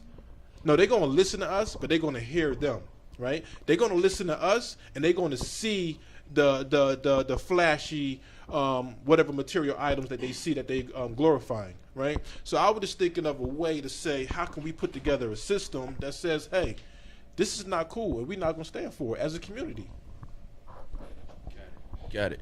And so one thing I want to say, if it's okay with all the guys here, what I want to do is kind of throw a little funk in the midst of what's going on right now and really, really challenge people to step outside of their comfort zones, because it's easy to look polished. It's easy to look clean. It's easy to act like everything's okay. It's easy to get on the show and say that this is the way you're supposed to think. This is the way you're supposed to move. Like everything that we talk about on this show as a whole, it reflects back to looking in the mirror. It reflects back to being transparent with yourself, who you are. What is that dark area inside of you that needs to shift in order for you to grow? And so what I challenge all the guys to do right here on the spot, and I'll start with myself, is look in the mirror right now in this moment. Embrace whatever that weakness is and accept it. Because like one of the things they say when they do A&A meetings, I've never been to an A&A meeting, but you see it in all the movies. You have to be able to accept the fact that you're an alcoholic, admit that you're an alcoholic in order to be able to start transitioning, you know? And so for us, I know that there are dark areas inside of each and every last one of us right now in this moment. And if we're talking about transitioning mentally, if we're talking about growing mentally, we have to shift that first. That makes sense? And so the crazy thing for me is this pornography situation. You know, like when I was introduced to pornography, I was introduced to pornography at the age of 12 years old. And it was crazy because I grew up in an all-boys neighborhood. And so what they did for me, I was the holy roller. You know, like me, my brothers, my sisters, we never cussed anything, like church all the time, the whole nine. But what they did, what the older guys did, they had a newspaper out in the middle of the street, very gullible, very naive. They were like, go get the newspaper, brother. Like they left it, they didn't throw it in the driveway. I picked it up, ran and got it, and it was a little porno magazine in there. That was my first time being exposed. And then understanding that my next door neighbor, his uncle, was a porn addict. Everything that he did, he had a car full of porn magazines, always watching the videos, and I had an uncle that was the same way. So I went down that same exact path. And so it's like I understand everything that you're talking about when you talk about what's going on with the mental, the psyche, the relationships, and everything like that. But for me, because I got a whole nother side of life that speaks against that, I understand how not to allow that to control what's going on with me mentally. But I understand the weakness in that area. And so for me, one of my dark areas right now is the pornography issue, you know? But for me being able to put that on the forefront on the table right now, that's my open door to say enough is enough. That's my open door to say that mental issue is no longer an issue. That makes sense? And so are any other brothers willing to step up to the table? Well, I could definitely say I used to be addicted to porn, and it's a stronghold, man. It's definitely a stronghold. Just like 5 years ago, and I was delivered, man. I have no desire to watch it. Even if I glance on Facebook and see some crazy stuff, I have no desire to click on it or anything like that. But I would say for me, because I come from the streets of gangster and fighting and stuff, and so sometimes I have to check myself, man, you know, because that fighter, you know, I had to keep him. And sometimes, you know, I'll be like, yeah, you know, shadow box, you know, like, well, I nigga would, why was it nigga would, you know, and hit him with a 2-piece real quick, you know, and that's my, I guess that would be like my dark thing, man, you know, keeping that brother up under subjection, staying humble, you know. People look at me like, oh yeah, why you so chill, so laid back, and you know. And I said, brother, trust me, I have to. I have to, because I can't allow that monster, that beast, and you know he's going to be worse off if I let him out the cage than I was 20-some years ago. So I always have to keep him up under subjection, you know, because he was that dude, you know. So that's piggybacking off of what he just said. My thing, I have to look into the mirror and maybe check myself on is my self-belief, right? You know what the knockout mechanism is? When in boxing they punch you in the chin, you get knocked out. God is like, you don't know what you're doing. You don't know how to control your body. God is like, take a break. Well, I used to knock myself out all the time because between the ages of 16, no, maybe between the ages of 13 and 20, I was reckless. I was gung-ho. I wanted to be a millionaire at the age of 21, and selling crack was my way. I was either going to sell crack or I was going to take it from somebody. So I found myself, like I said, I was knocking myself out. I was putting myself in the worst predicaments I've ever been.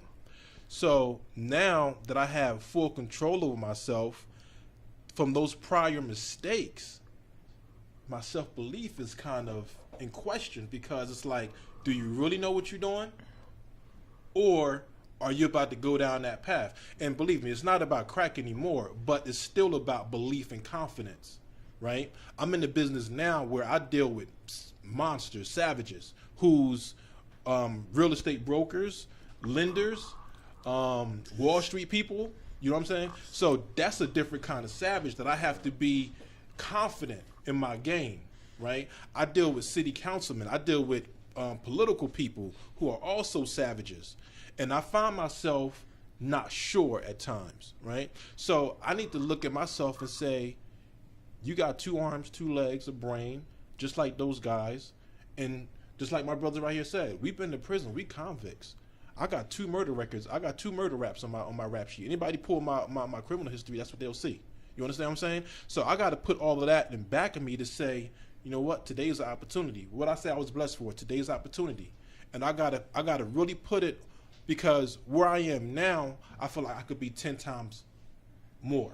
You understand? And my family needs that. The community needs that. I need to give as much as I can to as many people as I can to make them better. So that's something. That's real. That's real. This is good stuff. Go ahead. Yeah, I'm completely in agreement with that, and that's something that I'm constantly fighting with, because I have so many responsibilities and so many big things, and sometimes I look at my father, who accomplished quite a bit, and I look at where I am at my age versus where he was at my age, and it creates a lot of doubt. You know, we're fighting a lot of things. The people that I work with are of a different cultural, they're in a different region of the country, and they're constantly putting me in a position where they're making me feel like I'm inadequate for what I do. And I believe that a portion of that is so that, you know, if they're always making me question how well I'm performing, I can't ask for more money. So it could all be strategic.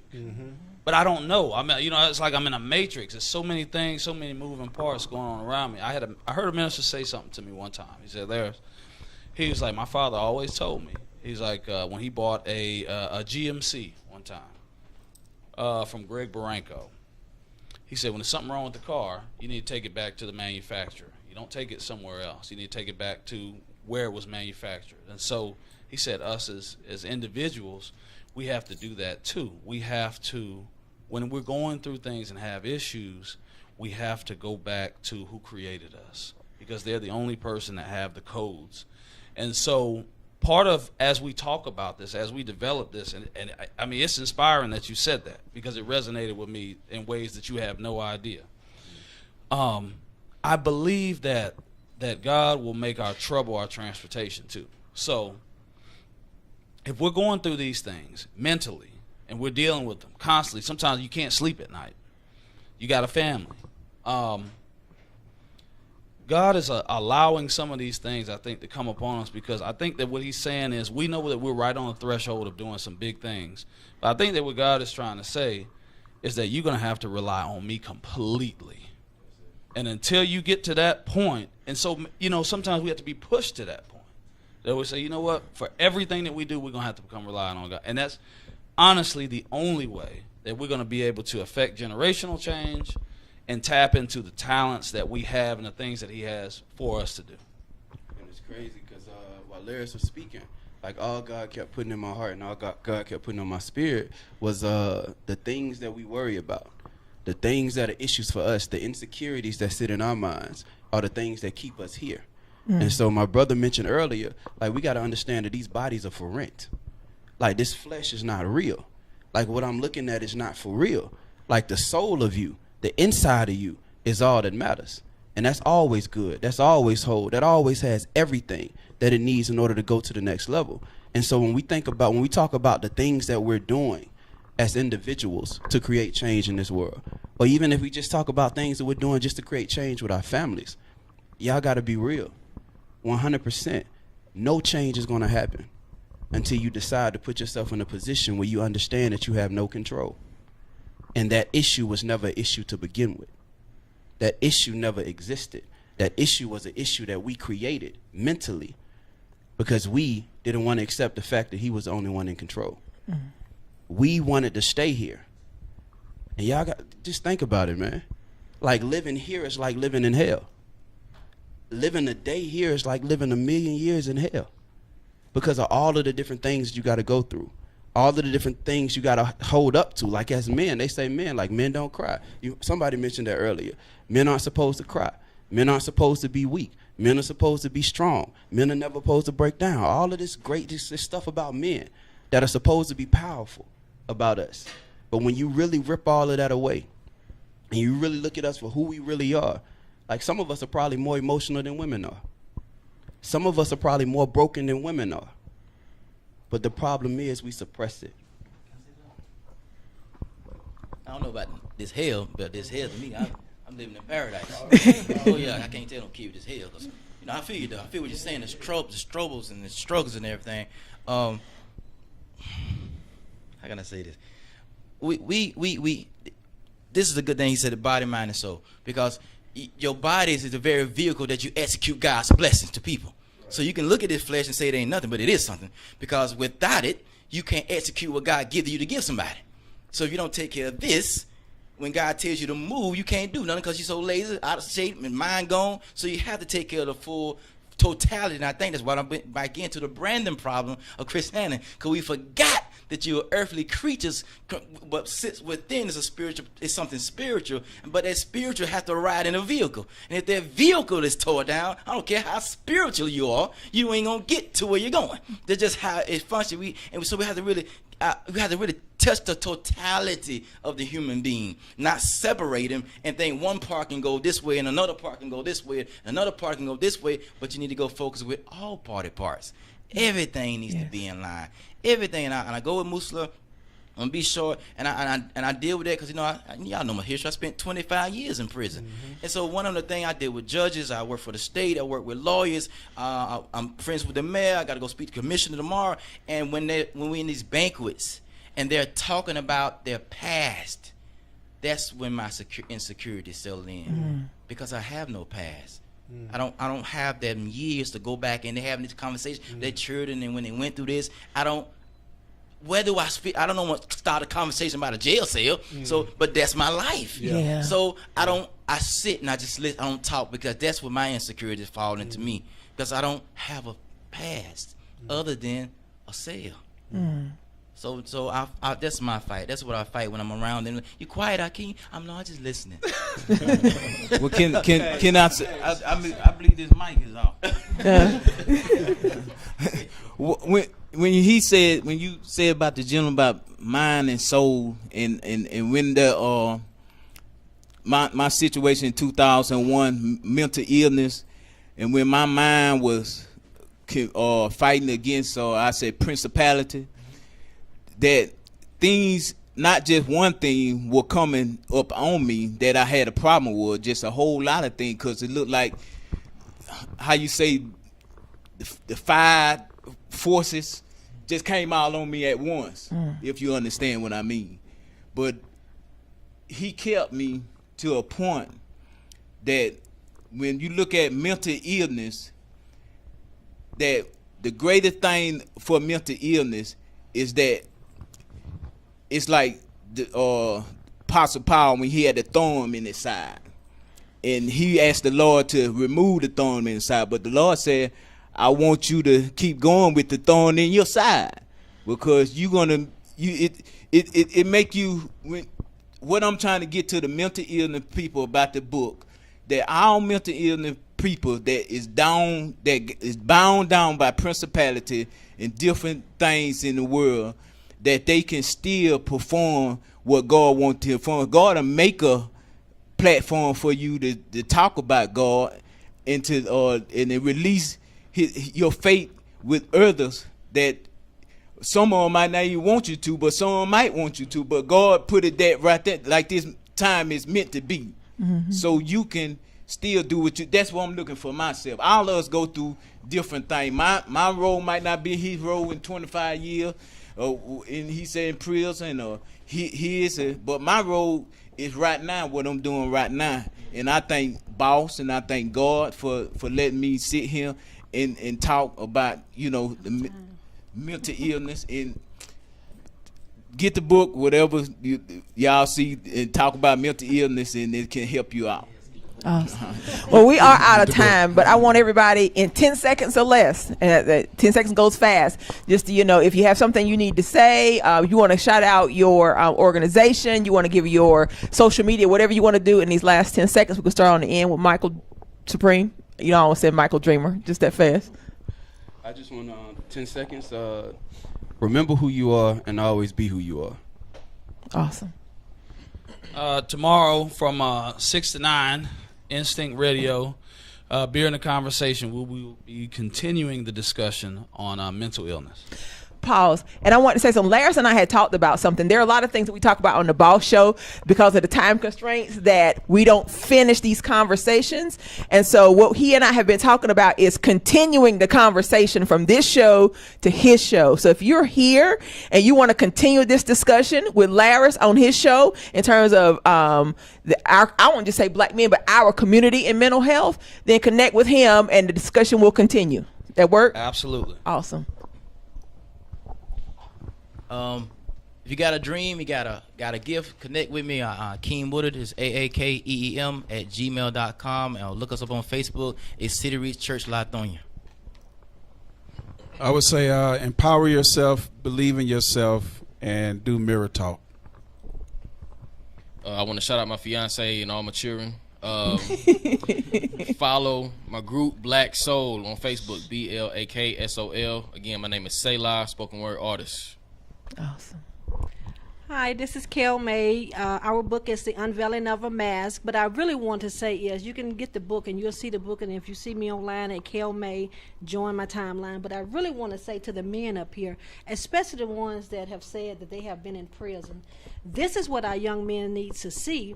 Not only that, we want to stop them from going to prison, but a lot of them have already been there now. And they see, like you said, they see that they have been beat down and there's no future for them. And I want them to be able to look at you all and see there is a future for them. Mm-hmm. There is definitely a future for them. And so it's so good for you all to be transparent as well and share your stories. That's awesome.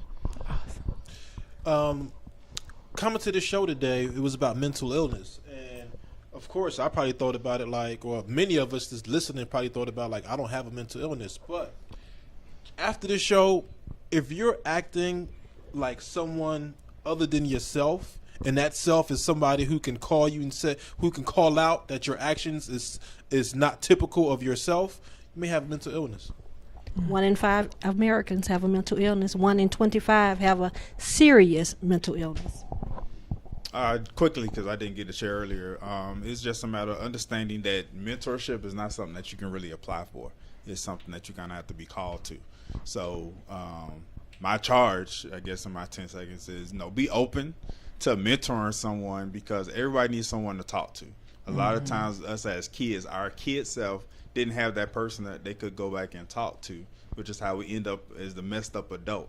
Even when we're dressed up in a nice bow tie, we still have different things that we have to deal with and go through. So have that person that you can go to and that you can trust and talk to, and be that person that someone can come to and can trust in everything. So Well, I want to thank everybody for being here, and thank you, Michael Supreme, for that question at the end. I think there are probably people who are listening that are examining that thing, because we're all dealing with something, right?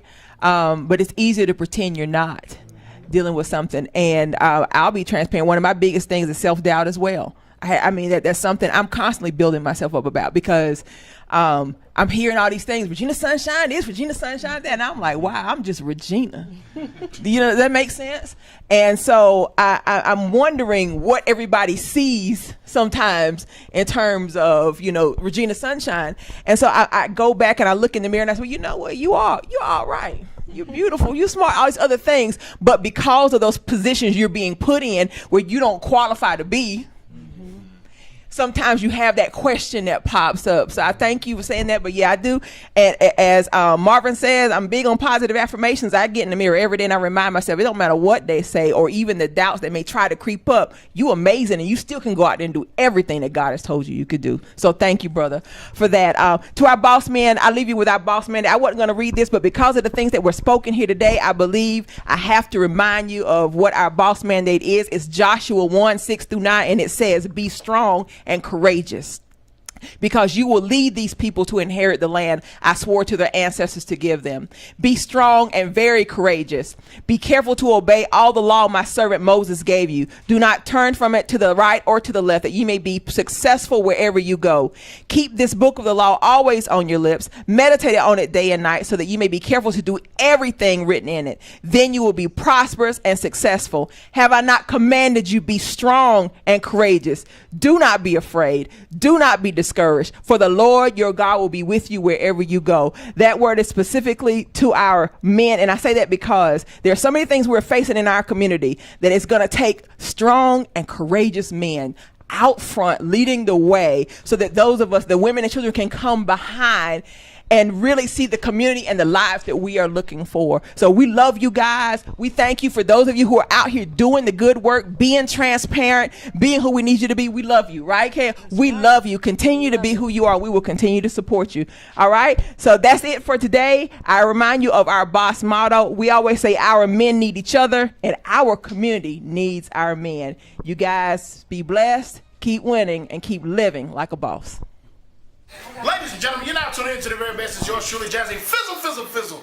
And this is Instinct Radio, man. Tune in, baby. Oh, boy. And once my friend felt that shot, he turned around and he put his hands in the air, and he started to get down, but the officer still approached with his weapon drawn, and he fired several more shots. Instantly, hundreds gathered, angered and saddened by what they call a complete overreaction by the officer. Now a family is demanding answers. If there's no justice, there won't be peace. We'll let the struggle go on. Let the struggle go. Watch us let the struggle go. If there's no justice, there won't be peace. We'll let the struggle go on.